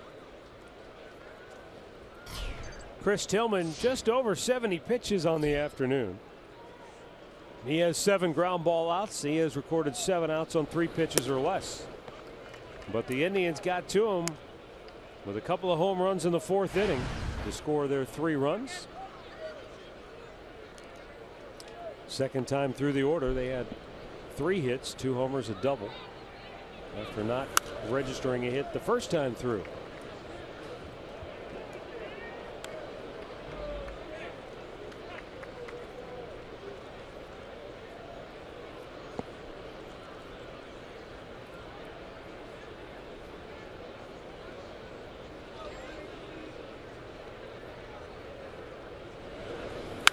Fastball drilled deep right.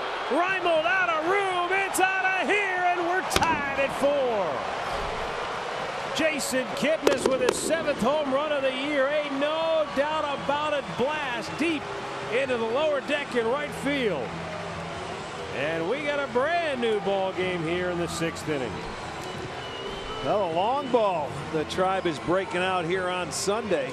And again, another leadoff home run. Santana did it in the 4th. Kipnis looks like he picked out a fastball that's up. Let's see if it's a fastball. And it stayed right there, and boy, he got on top of it. Tillman knew it as soon as he let it go. So we have a brand new ball game. And for Jason Kipnis, his 7th homer.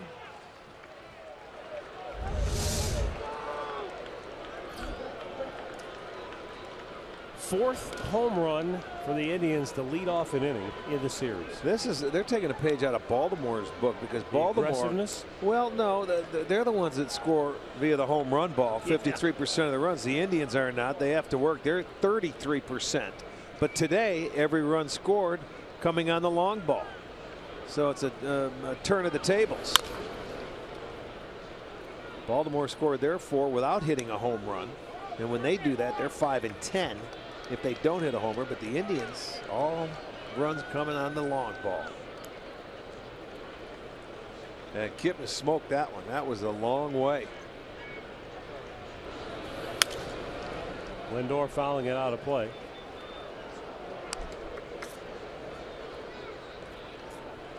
Via the Indians' leadoff hitters in an inning, they have scored 10 runs in the series. Well, they did this on Friday night. They were able to come back from an early deficit, 3-0, tie it up. And it was later in that ball game, the 7th inning, was when the Indians gave it back. They do it again. They come back and tie it up. This time, they want to surge ahead and win this one. This is for the series. Lindor lifts it to left field. Back goes Kim. And that's out number 1.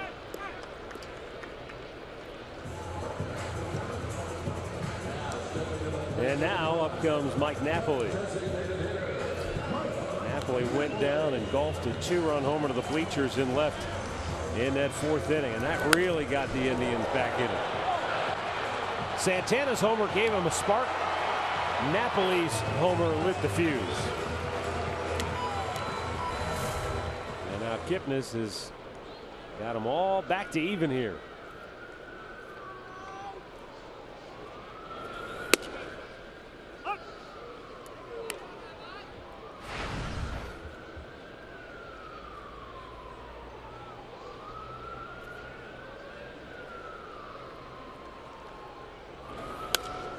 Out of play.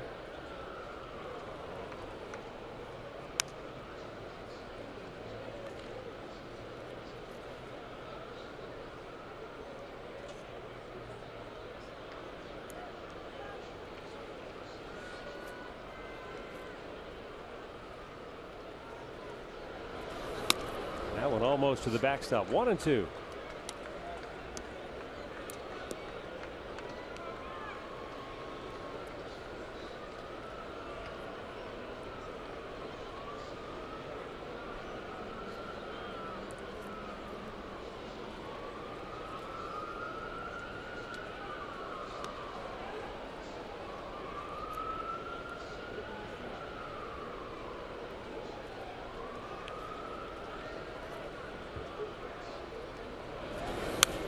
foul right back.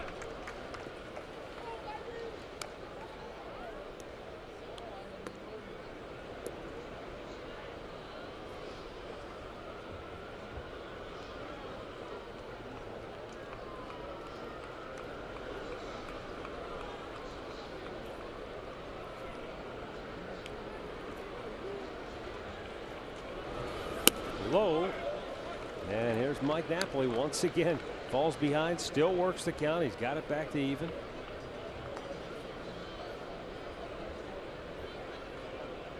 You know, we knew this coming in, that he would always see a lot of pitches, but I mean, when you see it on an everyday basis, it seems like it happens every at bat. It's not once in a while. No, right. it's consistent. Whether he's 2-0, 0-2, it doesn't matter. There's going to be a number of pitches that he's going to go through. Rarely does he make it out on 3 pitches or less.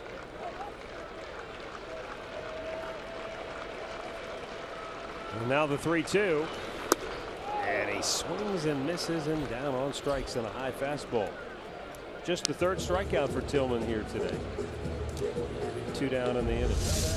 He got it upstairs just enough. You see it tied him up. He couldn't get those hands through. And look at, he's after hitting that long home run. Look at, he talking to a bat saying, why'd you swing at that? Well, here's Jose Ramirez 0 for 2 on the day.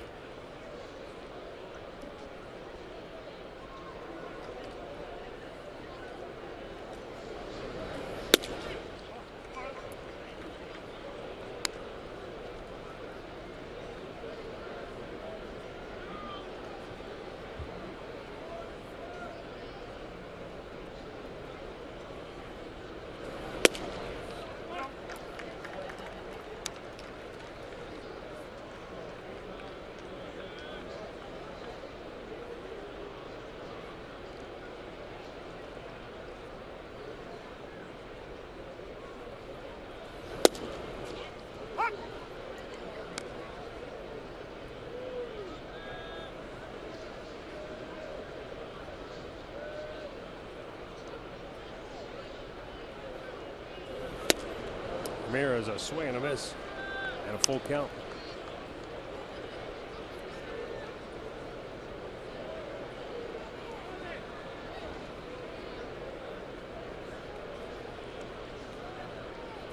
Upstairs, ball 4. The inning continues. Well, Rick, yesterday we talked about the epic collapse that the Chicago White Sox suffered against the Kansas City Royals. They were up 7-1 going into the bottom of the 9th. And the Royals came back to win it 8-7. Paul Sullivan, longtime writer for the Chicago Tribune who covers the White Sox, he had some classic lines in his story today. And when you have a game like this, what I say, it's happened 5 times since 1910 that a team 2,800 games rallied from down 6 in the bottom of the 9th to win. His opening line of the story is great. As the throw gets away, and Ramirez will go to second base. Well, Tillman just wildly fired it away, and there you go. Jose, the go-ahead run now in the scoring position. Thank you very much. Another error for Baltimore. This one, let's see what happens on the throw. Just throws it. A terrible throw. Close. No, terrible throw. Bad footwork, it looked like. But so Paul Sullivan's opening line to his story. It wasn't the end of the world for the White Sox on Saturday, but it was definitely within spitting distance. And then later in the story he writes, Edgar Allan Poe couldn't have written a more horrifying ending. The Texas Chainsaw Massacre was a love story in comparison. And now today they come out, and in the first inning Eric Hosmer gets a big hit, and the Royals get 2 off Chris Sale. They lead it 2-1 right now. Well, that's what I was going to say. They've got their main guy out there, and they would love to have a complete game from him today.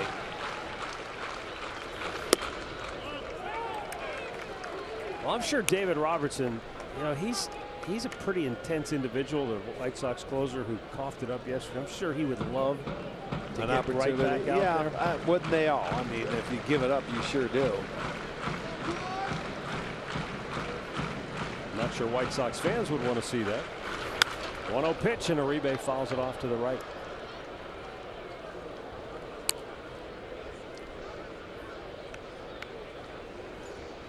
Uribe grounded into a double play that ended the second inning, and then he flied to center field and a hard hit ball that ended the fourth. He's driven in a run in 6 straight games. Can he make it 7 in a row and give the Indians the lead right here? Why not? Popped up foul out of play.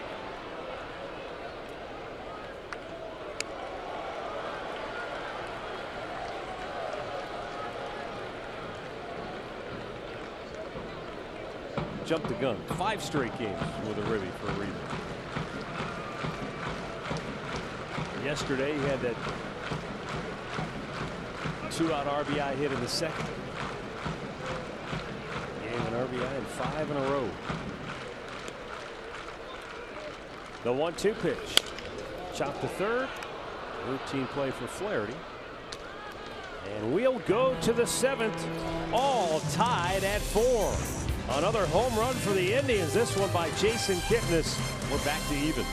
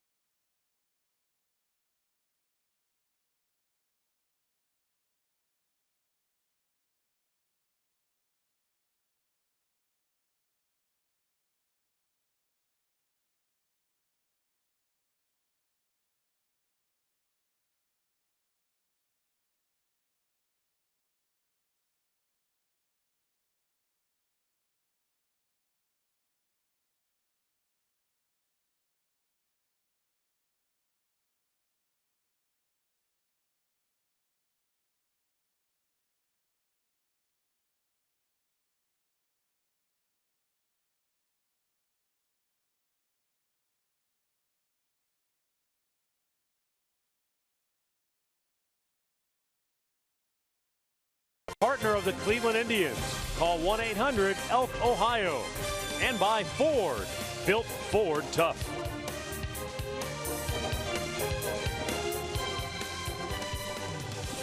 Yeah, it's a 4-4 game now, 7th inning. On a wonderful day here at the ball yard. Folks enjoying cloud cover. If the sun was out, if there was no clouds today, it would be another scorcher.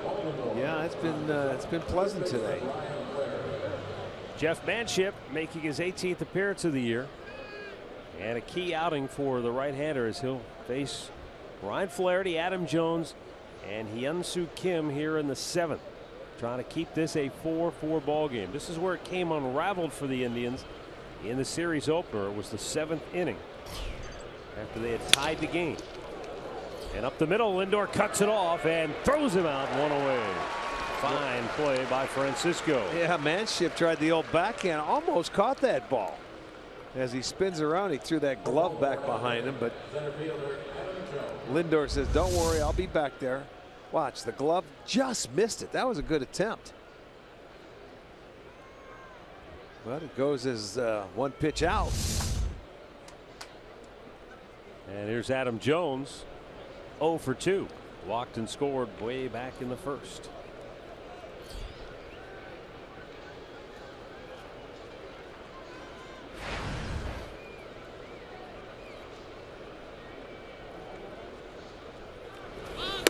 Showing bunt, takes a strike.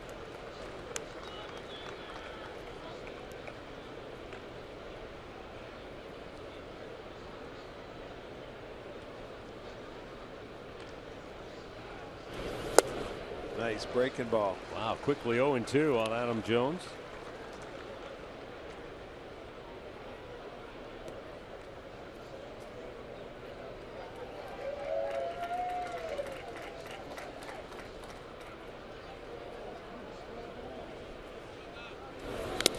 Way outside. We were talking before about that trade when Seattle sent Jones to Baltimore.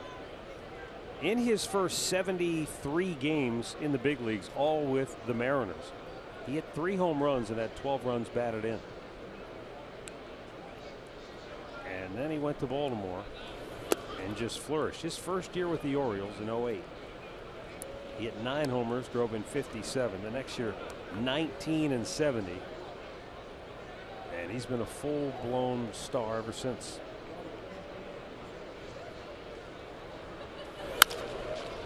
Routine bouncer to short. Lindor gobbles it up. Throws it out 2 away.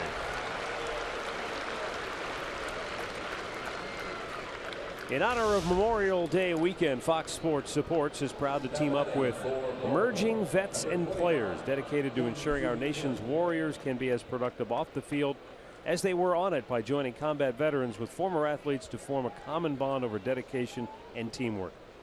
Visit foxsportsupports.com to learn more.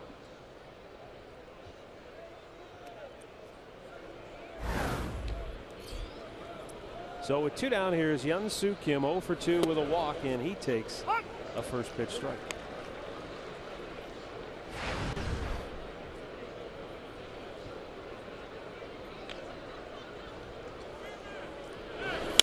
Foul right back. Now Kim, who came into this series having struck out 3 times in 36 at bats, has now fanned 4 times in the series.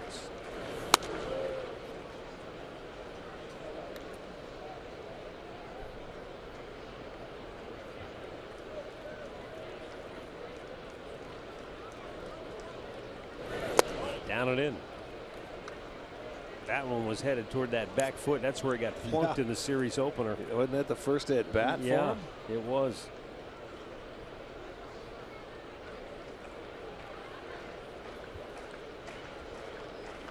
The 2-2. Uh-oh, that's hammered deep right field, and Baltimore has just regained the lead.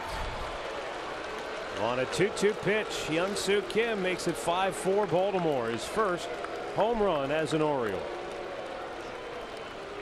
Boy, and that's the first one that left the ballpark. It's been the Indians with the long ball today, but they come back and answer. 7th inning again. 2 outs. Fastball coming in, and Kim hits one out. His first home run of the year. Fastball. He pulls the hands in, line drive into the right field seats, and Baltimore retakes the lead. It's 5-4. They were giving him the cold shoulder treatment in the Baltimore dugout. His first big league homer. He walked in and everybody was staring out at the field. Nobody said a word to him. And now they give him some pats on the back. Well, you know they're happy. Boy, they come back after giving up. Let the Indians come back to tie it. That's been an issue late in the ball game. And well, you talked about it earlier. Baltimore 7th inning on. There's the silent treatment. And right there, you know what? He's probably swearing. He wants to swear at him and say, "Get out of here." They all rush over to his side after he's in there. But you mentioned it early in the game. That's when Baltimore does some damage late in the ball game. 7th inning on, and for the 2nd time in this series, they've done it. Machado down on strikes, but damage done. Baltimore now leads it 5-4.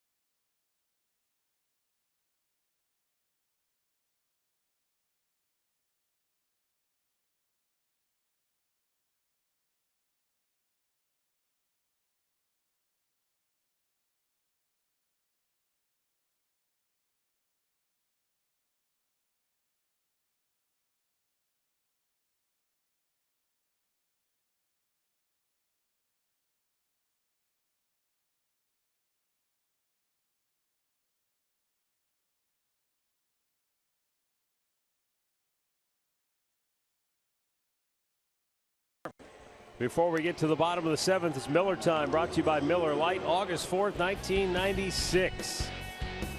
20 years ago. B.J. Surhoff. Kenny Lofton. What a play. You talk about unbelievable timing, athleticism. Wow. That's one of the best ever right there. Brad Brock will come on for Baltimore's 22nd appearance of the year. He's got the bottom third of the Indians ordered 2 up. Kind of lost in the hullabaloo in the Baltimore dugout after the home run by Kim. I don't know if you noticed it or not, but as everybody was going over to shower Kim with stuff, Buck Showalter snuck in the middle of all that and shook the hand of Chris Tillman, told him, "You're done. Yeah. Now that we got the lead, you're done." Yeah. He's in line for the win now. Okay. Even though he gave up 4 runs, 3 homers. After that home run gave him the lead, he said, "Okay, we're going to go to the bullpen now and see if they can hold on." Well, and Baltimore, the second best bullpen in this league. They got it done Friday. I'm going to try and get it done today. See if Indians offense has anything to say about it. Combs cuts and misses. It's 1-2. The run the Indians got against the Birds bullpen in that first game of the series came in the 8th inning, and it was off one of the tougher guys to score on. That's Darren O'Day.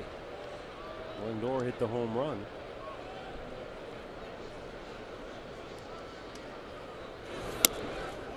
Down low.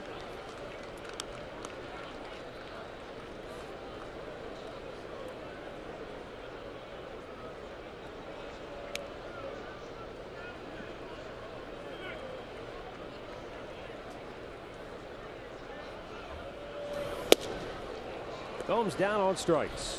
4th K for Birds pitching. 1 away here in the 7th.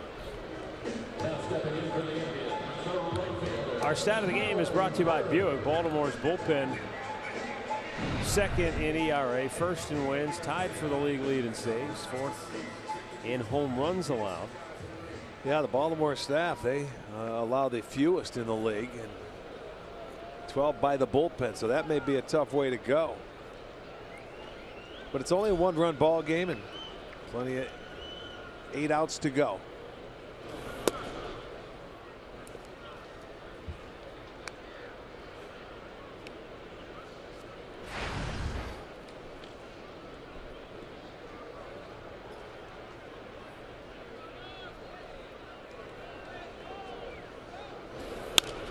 Marlon Byrd pulls it foul.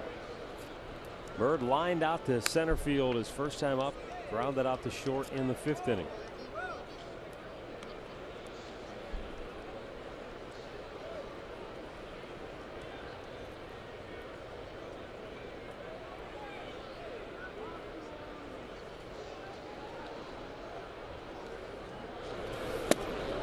And he is down on the hole here, 1-2.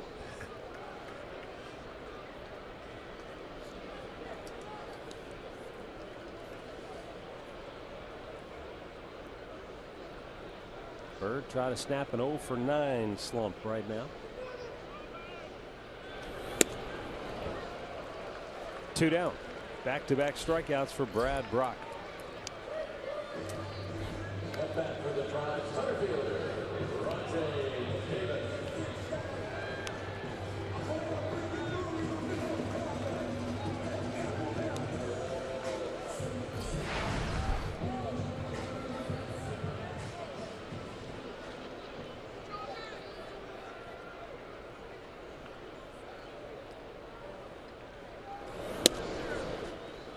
You know, Baltimore, their bullpen is a big reason. Their home run hitters are one part of the equation, but their bullpen is the other that has enabled them to outscore their opponents by 31 runs from the 7th inning on this year. And if you go back to 2007, when the Indians had a terrific ball club and came within a game of going to the World Series, that team was built similarly, not necessarily from a power standpoint, but from the 7th inning on, their bullpen was so good that if it was close, they could score and beat you. The bullpen makes you a good offense, because if you score late and you get that lead from that point on, they shut it down. That makes a good offense, whether you're scoring 2 runs or you're scoring 8 runs. But once you get the lead late in the ball game, the bullpens will make an offense look really good. You know, this is where, when the Indians come back, and it happened Friday night, it happened again tonight, and it's happened quite a few times this year, when they battle back to tie the game, you can't give up anymore. You know, when you get there late. And again, they did in the 7th. And today it was a 2-out home run. But at least it was just a solo shot and not a big crooked number. Right, right. So it still gives you a chance, even though the opportunities are running out. 2 down here in the 7th, and Rajay Davis, who had a 2-out double in the 5th, is at the plate. Full count, and it's ball 4.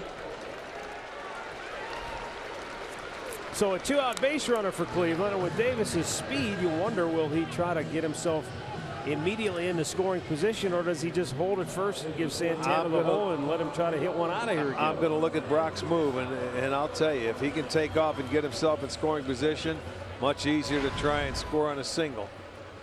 Baltimore goes back into that big shift with Flaherty, the third baseman, going out into shallow right. And with this shift, you know, it's got to be Scope that's covering, because look where Machado is. Right. He's right at shortstop. So it's going to be a tough way to go. And if he can get a read, he's gone. Not running on the first pitch. It's a called strike. Well, you know, you don't get as many reads on bullpen pitchers as you do starters, or get a look. So it may take a pitch or two. Here's the first pitch running away. That was not a strike earlier in the game, I can tell you that. Not even close.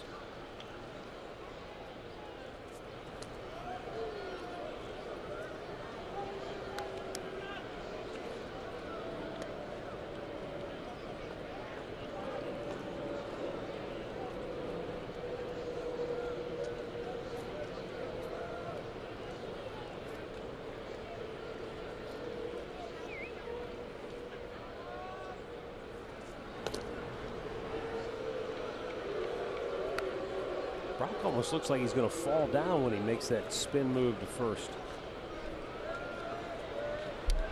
Well, you know it's coming from the dugout, because I want to see if he's closed or when he gets set. You can barely see the runner. I don't even know if he can see it. Davis spun his wheels, and he's lucky to get back, because Wieters came up looking to throw to second and couldn't pull the trigger. See, that's what you can do. He wanted to put on the brakes, and the first thought by a catcher is not to check the runner out. He felt he didn't get a good jump. That first step had dug in a little bit, and he didn't get good traction, and he knew it. Rajai's stolen so many bases. He knows, when I get a good jump, no one can get me. If I don't get it, he hesitated, did the right thing.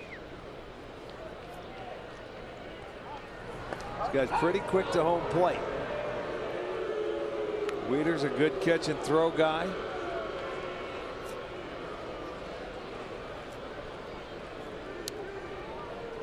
If you're Buck Showalter, would you pitch out in this situation? Well, you know what? This guy's quick enough. I think if he gives Wieters a decent pitch, he can throw him out.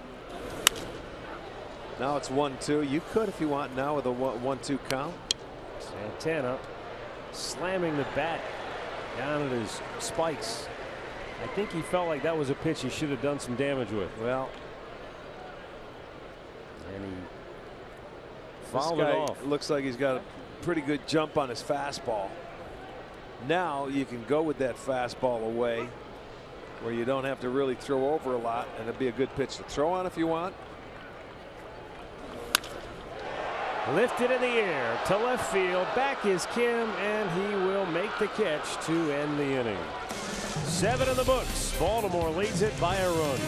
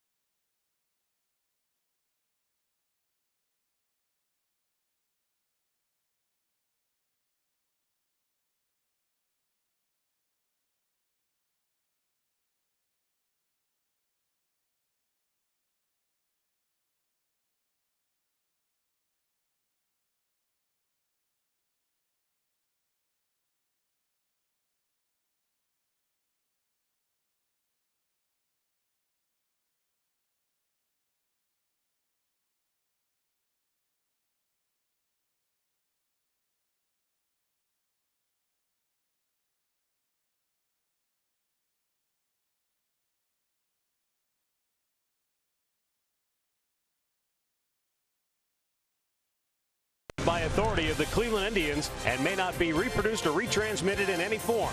And the accounts and descriptions of this game may not be disseminated without the express written consent of the Cleveland Indians.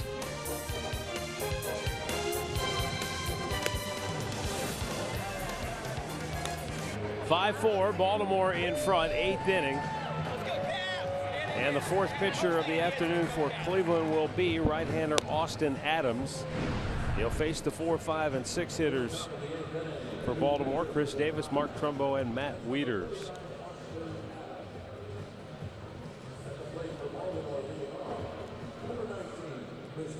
Tampa Bay's Jake Odorizzi lost the no-hitter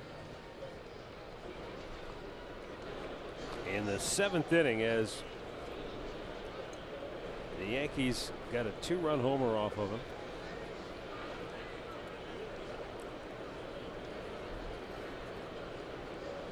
And it's now 2-1 New York. Bottom of the 8th.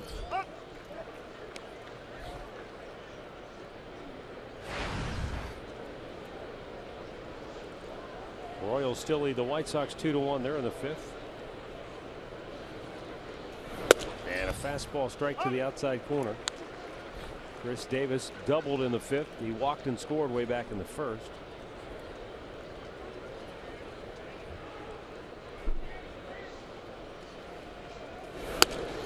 That one took off.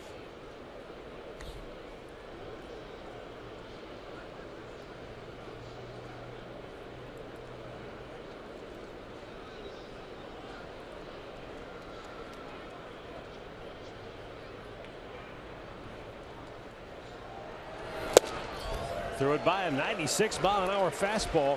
Good spot though, down and away, and Davis could not get to it. Well, I'll tell you one thing. This one was thrown very well, man. That was a dart on the outside edge. 96. Can't catch up to that. Can't hit that. That's off the plate.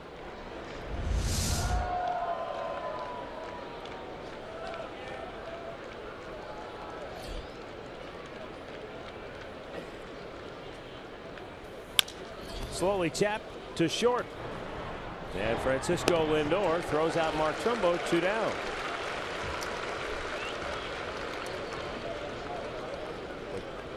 Stepping to the plate for the Orioles is the catcher. Biggest names in soccer converge on the U.S. It's the 100th anniversary, one of the biggest tournaments in the world. It begins Friday on the networks of Fox Sports.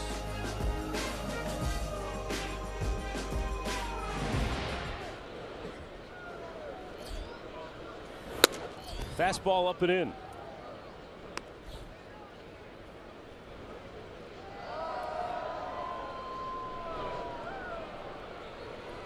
Matt Wieters 0 for 3 on the afternoon.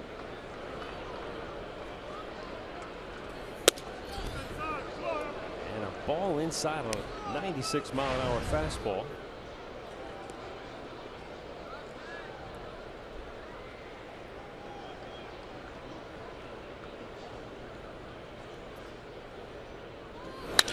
Smashed, and that gets by Kipnis in the right field. Well, let's get that count in your favor. Matt Wieters was certainly looking for the heater there, and he caught up to it.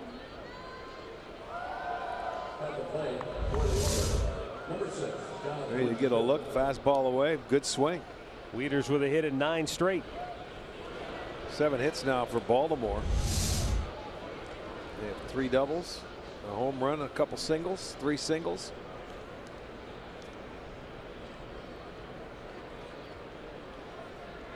By the way, just after Jackie Bradley Jr. ended his hitting streak just shy of 30 games, Xander Bogaerts is now at 22. Oh yeah. And when we were up in Boston, it was like, you know, when Bradley was, that hit streak was rolling, Betts had hit like in 26 of 28 games. That's a pretty potent offense. Jonathan Scope sends one high and foul out of play left side.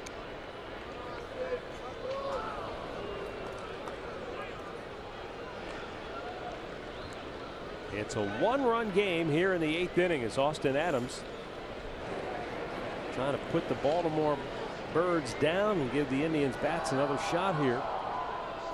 Kipnis, Lindor, Napoli due up for Cleveland. The 0-2 offering in the air, right field, near the line. Bird over, makes the catch. Great shot for the Indians coming up with 2, 3, and 4 due up.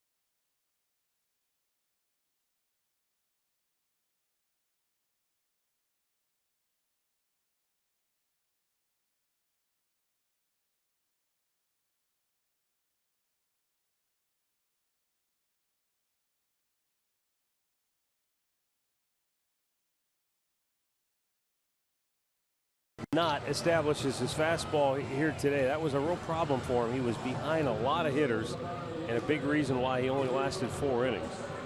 And score early. The Indians, usually when they score a lot of runs early in games, they win. They got behind the 8 ball early today. When they score in the first 3 innings, they are tough to beat. But the thing of it was, the offense battled back and they come back to tie it up. You know, in the bottom of the sixth inning, it made it a 4-4 game.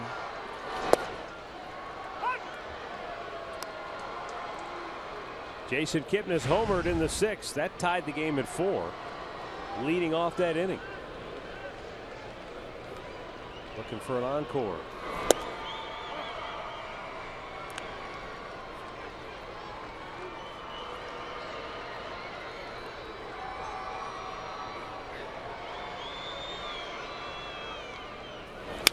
Smashes it into center field. That'll work as well. A leadoff single for Kipnis here in the 8th off Brad Brock. There you go. You got a really nice swing. Kip loves it down, and he stayed down on it nicely. Right through it. Hit a line drive to center field. Good swing. That is the 5th hit, and they have their leadoff man aboard. Darren O'Day is up in the Baltimore bullpen. Imagine he would be coming on to face Next. Mike Napoli. I would agree with that wholeheartedly. Even before the inning started, when he sent Brock back out there, I figured he was on for 2 hitters because Lindor took O'Day deep Friday.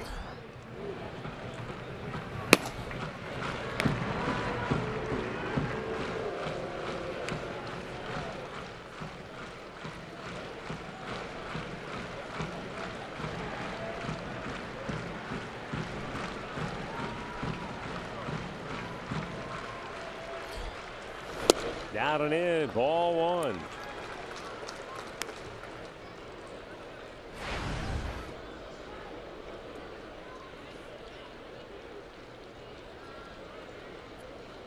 Five runs on 7 hits for Baltimore, 4 runs, 5 hits for Cleveland.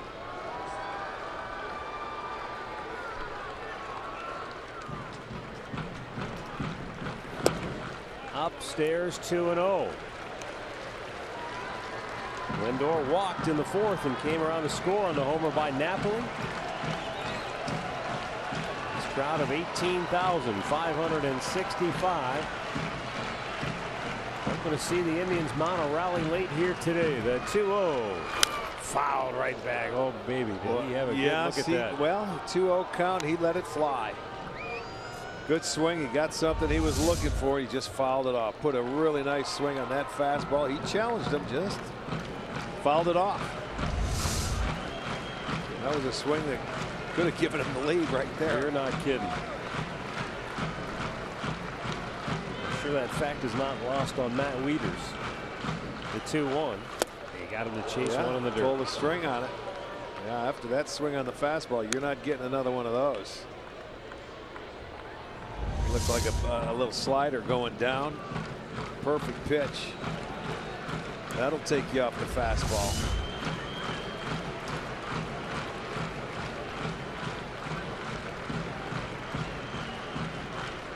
And the 2-2.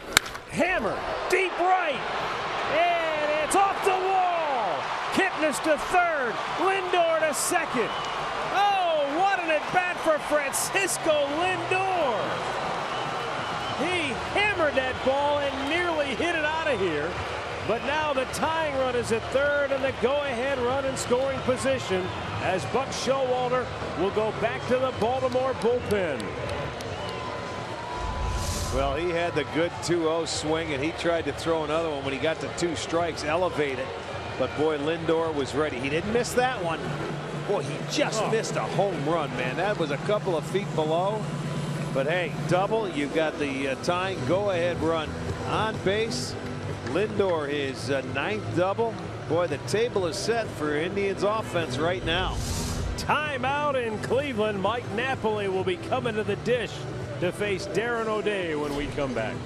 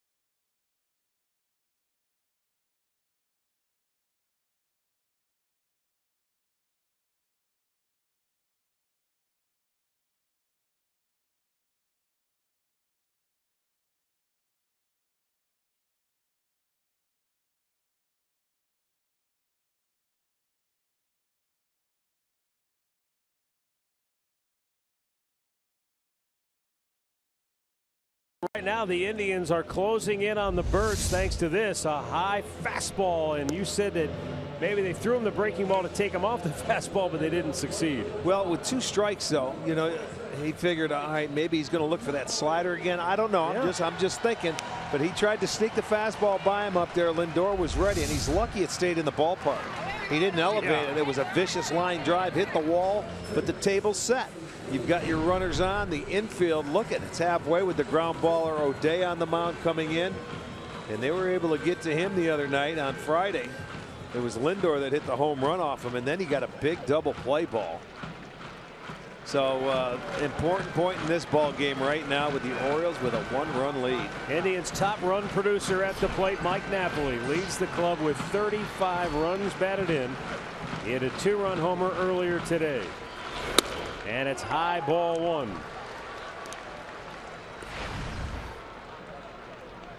Jose Ramirez on deck. As Rick pointed out, the Orioles infield is in. They're not all the way in at the cut of the grass. They're about halfway or close to the baselines, if you will. This is a big at-bat here. Slowly chopped to third. The runners have to hold. I was going to say, if they can get Napoli, then they'll probably walk Ramirez here, because this is what Showalter did the other night when Chisenhall was hitting. And then you have the right on right with Uribe up next. We'll see if he does. He throws this one inside. That ball runs in and it gets down on the trademark. So he grounded to third. Nothing that Kipnis could do there with the infield in. They're going to walk Jose Ramirez and intentionally load him up for Juan Uribe. That's exactly what happened in Friday night's game. The Bucks going with the percentages. They're going to bat for Uribe as Lonnie Chisenhall will come to the on-deck circle. Lonnie left yesterday's game with some blurred vision after a collision at second base when he slid in head first.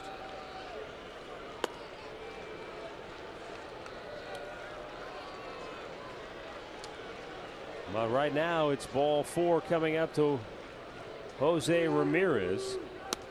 Well, he knew this was going to happen, you know, with Chisenhall looming up. He walked him the other night. Now you can't walk him. You got to get after him. Lonnie, I think, is 2 for 4 in his career off O'Day. He's down in his wheelhouse, but boy, a bit nice opportunity for Chiz. Just remain patient. Lonnie this year 0 for 1 with the bases loaded. His one career grand slam came 3 years ago off Jeremy Guthrie of the Royals. Not looking for a slam here. A base hit would probably do enough damage with the speedy Lindor at second base. Yes, I would agree. That's all you need, a base hit.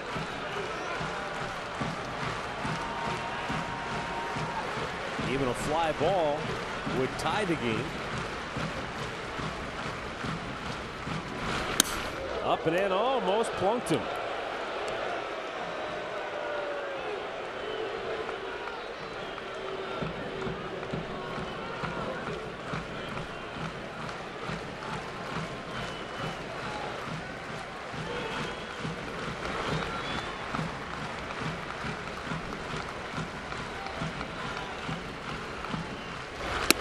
In tight again. Yeah, that's good. I mean, the pressure's on him. He's got to make you. He's got to come after you now. 2-0 count. Chisenhall can be patient. Make him get that little sinker down there up a little bit.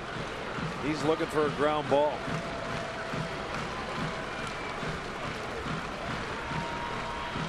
And the 2-0. Rick foul on the right side. That brought everybody out of their seats. But he was out in front of it, which is fine. That's what you want to see in a 2-0 count. Get the head out. Get after it. Hit it hard. Jason Kipnis, the tying run at third. Lindor, the go-ahead run at second. Jose Ramirez icing on the cake at first base.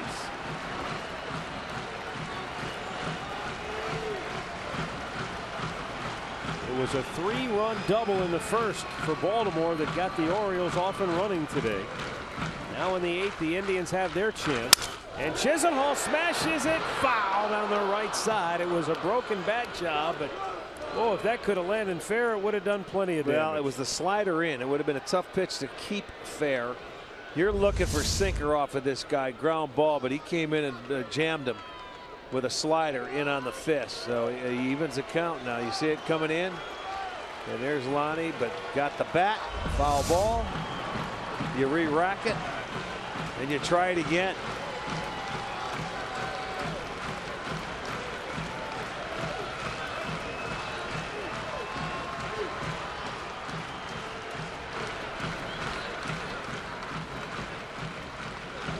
And the 2-2. Fouled right back.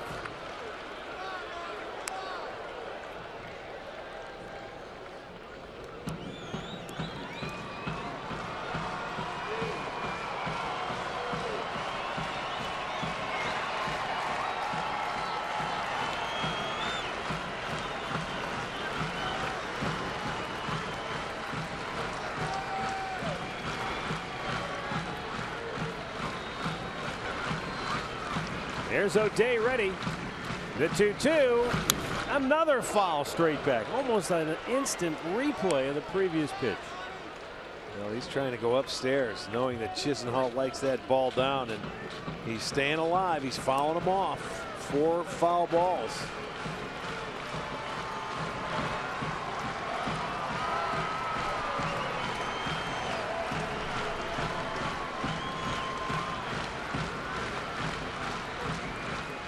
The Birds on their toes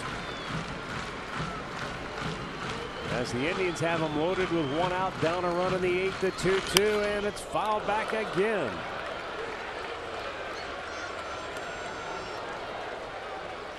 Boy, when you've been sitting on the bench the whole game, you come into the 8th inning. This is a terrific pinch hit appearance. He has seen a ton of pitches from Darren O'Day. This will be the 8th pitch of the at-bat.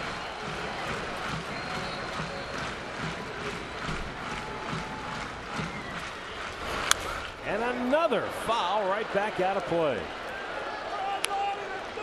Well, he's doing everything in his power, O'Day, is to try and put him away, but Chisenhall is staying alive. I mean, you could look up at the scoreboard and say, well, at 2-2, he's got to pitch to waste, but he doesn't want to go 3-2 with the bases loaded here. No, you don't, because then you have to throw a strike for the most part. But Lonnie's in swing mode. He hasn't given him anything away. They've been trying to stay inside with him. Maybe run a sinker away if you can. Oh, he got him looking after all that. He changed that format, backdoor slider. That's a different look. You think it's going to go away, and it stayed right on the plane, and it comes in, and that is a huge second out. There it was, and then Chiz knew it. Right on the outside edge. So O'Day wins that battle. And now the infield backs up. Baltimore exhales, and with 2 down, Yan Gomes is the batter. Gomes is 0 for 3 here today.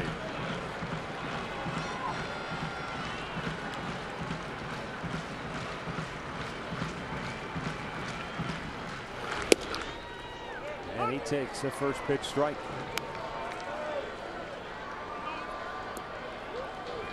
Jan's one career grand slam came last August off Joe Smith of the Angels.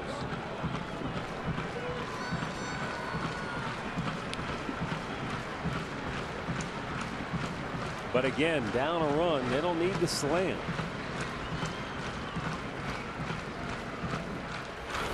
Upstairs, 1-1. That's a pitch Jan wants him to get it down. Get it down that slider or that sinker. You're just looking to find some outfield grass. Keep the inning going. That tying run was sitting at third. Go ahead run at second.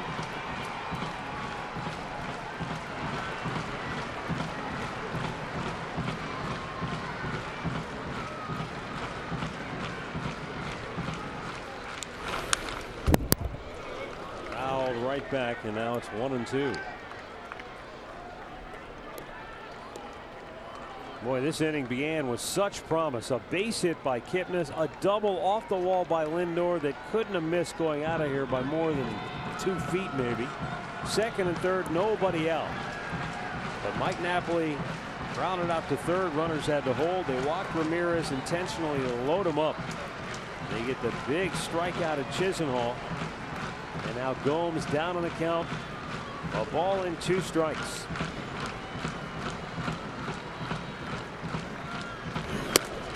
And he strikes him out to end the inning. Indians leave him loaded, and we go to the 9th, 5-4 Baltimore.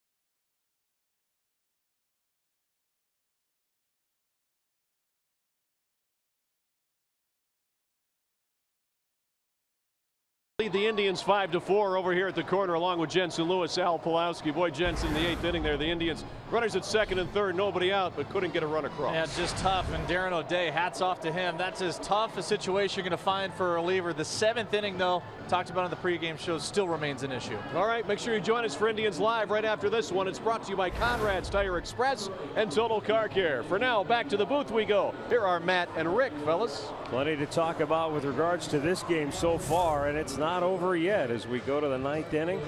And Tommy Hunter, who had a rough outing yesterday, will come on for Cleveland. Hunter went 2/3 of an inning and was charged with 2 runs on 3 hits. Jose Ramirez moves in from left field to take over at 3rd base. Marlon Byrd moves from right field over to left, and Lonnie Chisenhall now in the ball game in right field for Cleveland. Nolan Reimold 0 for 3, leading it off for Baltimore. Then Ryan Flaherty and Adam Jones. That's outside, 1-1.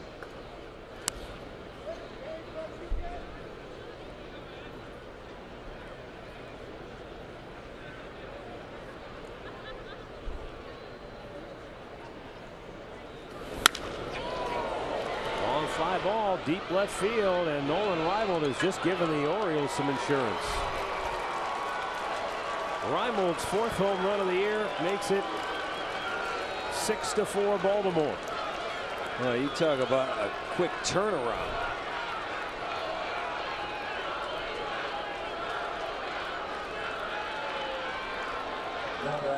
Indians 2nd and 3rd, nobody out, couldn't get on the board. They come back with 1 swing and they put an insurance run on a fastball right there, and Reimold took it into the bleachers.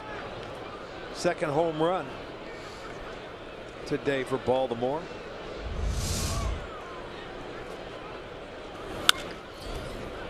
Flaherty pulls it foul.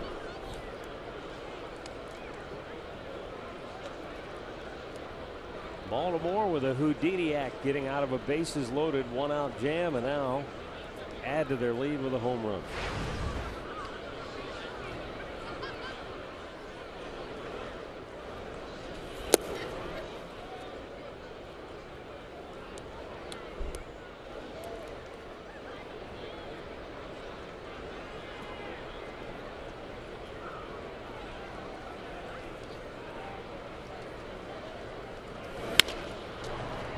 Foul ball, first base side.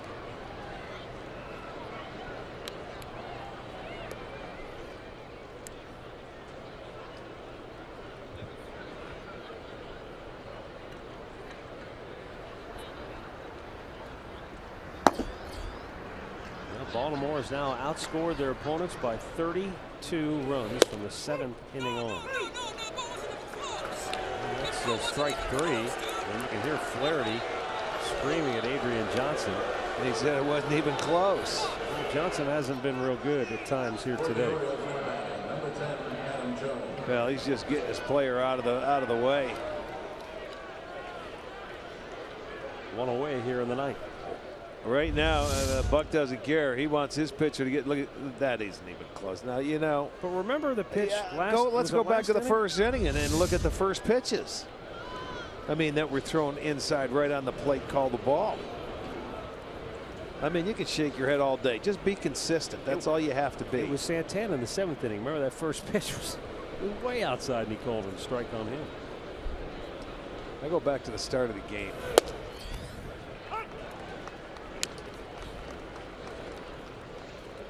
It just makes you shake your head. Well, think about it, Buck. You've got the lead now. I mean, it's okay because now you just say, okay, give my pitcher that pitch. Well, in the 1st inning, you've got Clevenger, who's a rookie.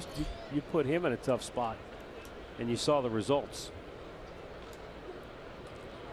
Well, you know, he squeezed him a couple times, but Clevenger put himself in a tough spot, not commanding the fastball. Over near the line, Lonnie Chisenhall just into the game, ran out of room, and that ball just into the seats. Well, nice catch. That lady had a nice quick pickup.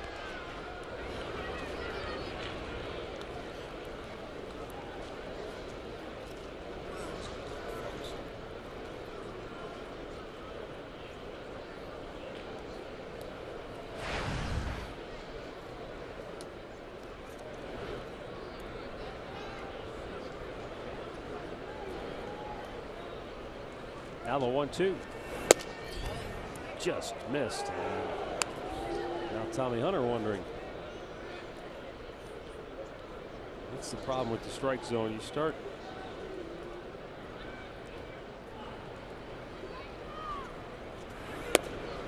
You start giving it one time and not the next, and then it gets. Then everybody's angry. Well, exactly. You're right. The key is consistency, and you know what?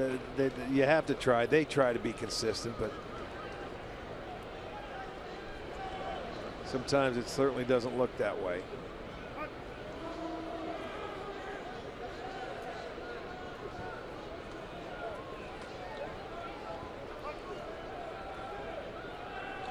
Three-two pitch. And it's low, ball 4.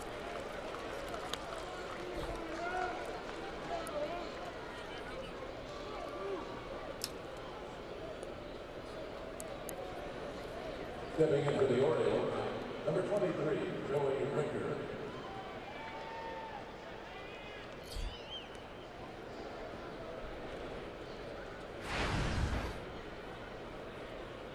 Hyun-Soo Kim homered in the 7th.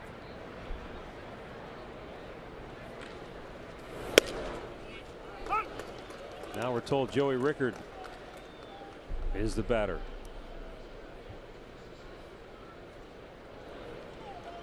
Well, I think late in the game they put him in for defense on Friday.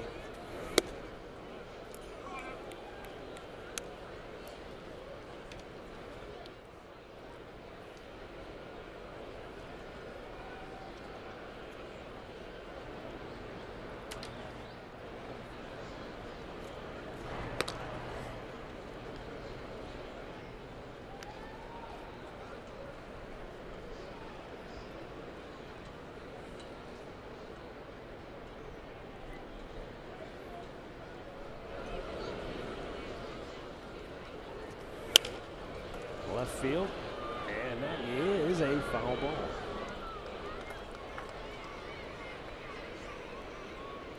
A ball and 2 strikes for Rickard. Baltimore now a 2-run advantage.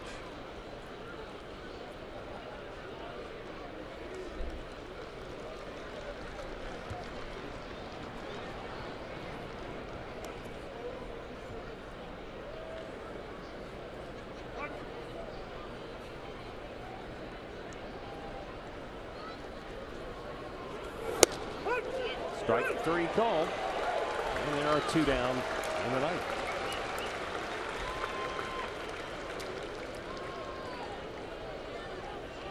At bat for Baltimore, number 13, Manny Machado. Manny Machado 1 for 4 here today. He singled his first time up, came around to score.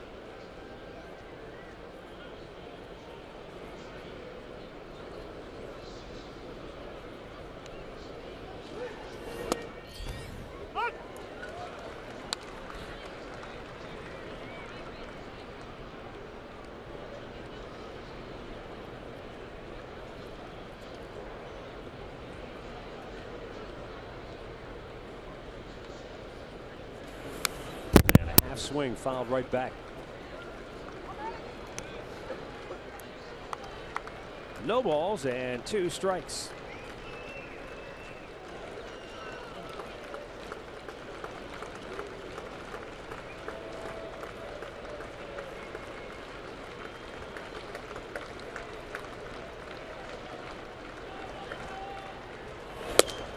Low and away.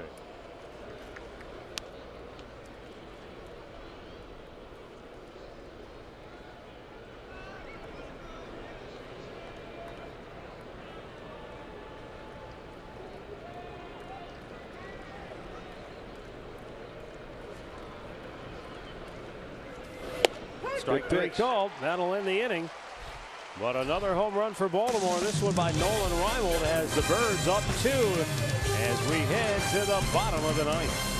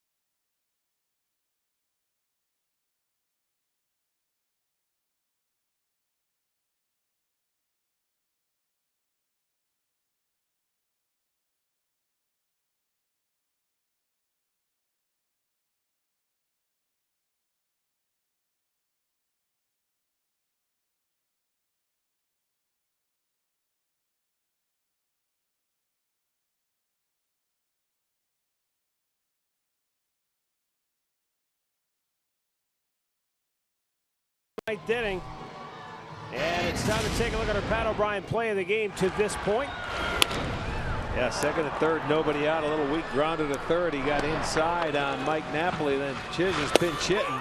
Had a nice long at bat until he took the call third and backdoor slider. And he gets Yan Gomes to swing and miss and get out of the inning. And the Indians can't do any damage. The very next inning, they came out and put one on the board for an insurance run and a big turn in this ball game. The Indians had an opportunity. Same thing as they did Friday night. You know, they got out of it both times. Zach Britton will come on for Baltimore to try to close it out. Britton on the year with 13 saves. He's a ground ball machine. And Marlon Byrd 0 for 3 leading it off for Cleveland. He's retired 15 out of the 21st batters that he has faced. And a line drive base hit in the center field for Marlon Byrd. And the Indians will bring the tying run to the plate. A nice approach. You stay inside the ball against a guy like Britton, and you got a chance to have some success, I suppose. Well, I'll tell you what, it's down, and Marlon put a beautiful swing on it, man. Line drive. His first at bat, he lined out to Jones in center, but hit the ball the same way, right on the nose. So there's the leadoff man aboard. The tying run comes to the plate.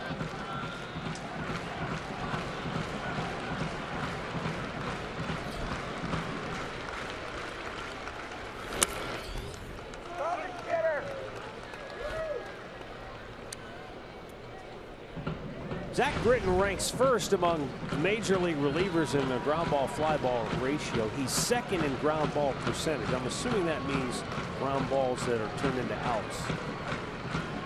Almost 80%. Yeah, he's ground line drive base hit right field. And Marlon Byrd stops at second base. And the Indians start the ninth the same way they began the eighth with back-to-back hits. Well, two pretty quality at bats right there by Byrd and now Davis, staying on it and going the other way. He just there was no intention of trying to do anything else but take it that way, and a nice line drive. So now the tying runs are on base. You roll over to the top of the lineup, and again the Indians with an opportunity. 8 hits now for the Tribe. That's the tying run at first, and the winning run is now at the plate the rest of the inning as Carlos Santana steps in. Santana is 1 for 4 on the day with a home run back in the 4th inning. Now batting right-handed.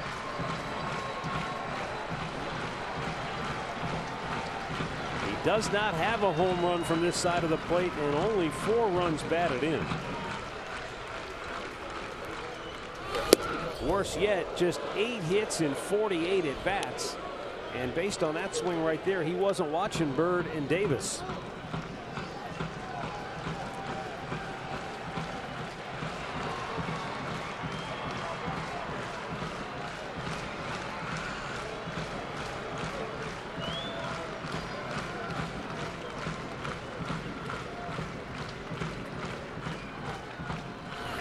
Low and away, 1 ball, 1 strike.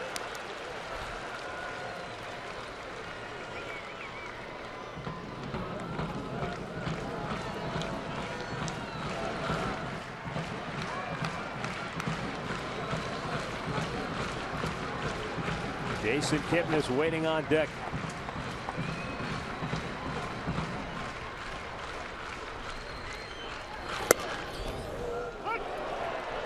And now Santana in the hole, 1-2.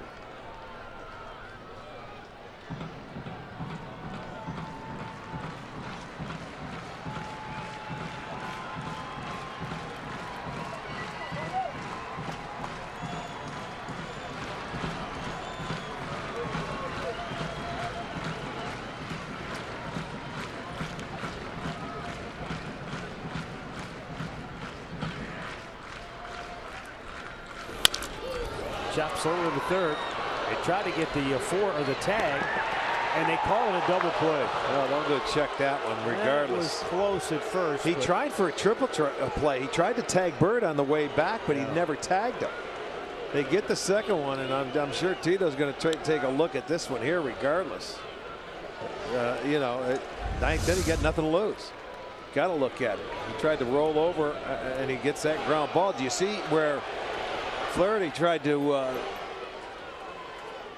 get the tag over there? And let's see on here. Safe. Well, I'll tell you, that's close. And you know what? It looked like the foot did come down. So you have to take a peek at that one. Boy, they tried for a triple play right there. He never really tagged him. Bird got around him. This may take a little while because it was close. You know, all the players, you know, that's the thing about this now. Everybody looks to the scoreboard. Not an eye in this ballpark is not looking up there and wanting to see a replay so they can decide themselves what happened and what the call was. This is a huge call if you're the Indians. It looks pretty clear to me the foot's on the bag before the ball is in the glove. Well, this is going to be a very big call. That's the one you see where the foot looks like it's down before it's in the glove. And, you know, called out. Now you got to have that conclusive evidence that it was there. And I would agree. I think he's safe.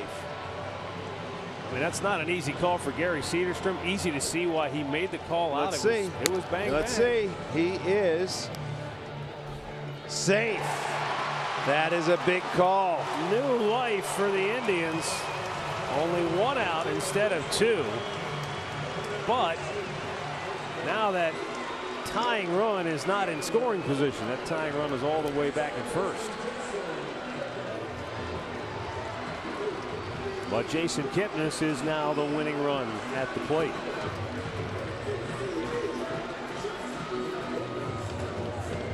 Kipnis homered in the 6th. He singled in the 8th. Boy, the key is if you can get on here, you've got Lindor on deck who's right-handed. He's just killing the baseball. Again, Britton, not a guy you're thinking about taking deep. He just, it's hard to elevate the ball against him. Britton, I should say. Britton deals. And a first pitch strike. Britton has allowed one home run.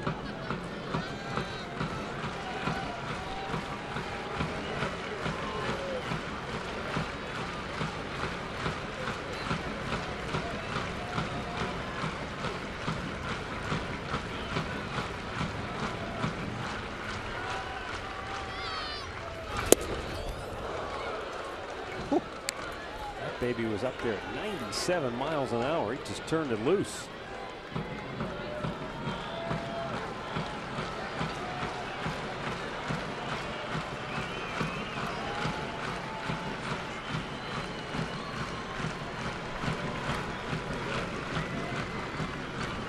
And now the 0-2 pitch. Down and in.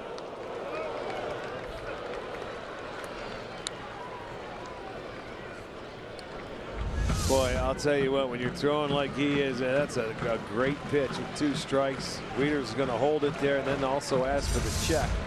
Didn't go, but that's a pretty effective pitch when you're down in the count 0-2 as a hitter to lay off of that. Actually, when he's throwing mid to upper 90s. Oh, just nasty. 2 down. That pitch is at 96, and it looked like it had some serious movement. Watch this thing start out about belt high and then just drop. Yeah. So it's down to Francisco Lindor. Boy, the Indians in the 8th and 9th innings start out with back-to-back hits. They start with a flurry, but they couldn't finish the 8th. And now down to their last out in the 9th.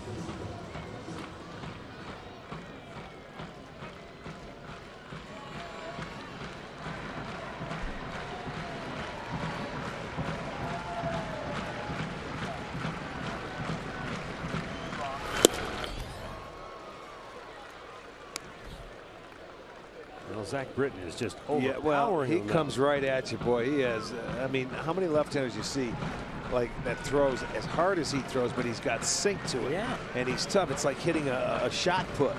That ball. It's tough to get on top of, hit it in the air. You know, these two guys that let off, Bird and Davis, boy, they tried to shoot him the other way. Their approach, I think, it was very good. But boy, he's throwing so hard. You don't have much time to decide what you want to do. Indians down to their last strike.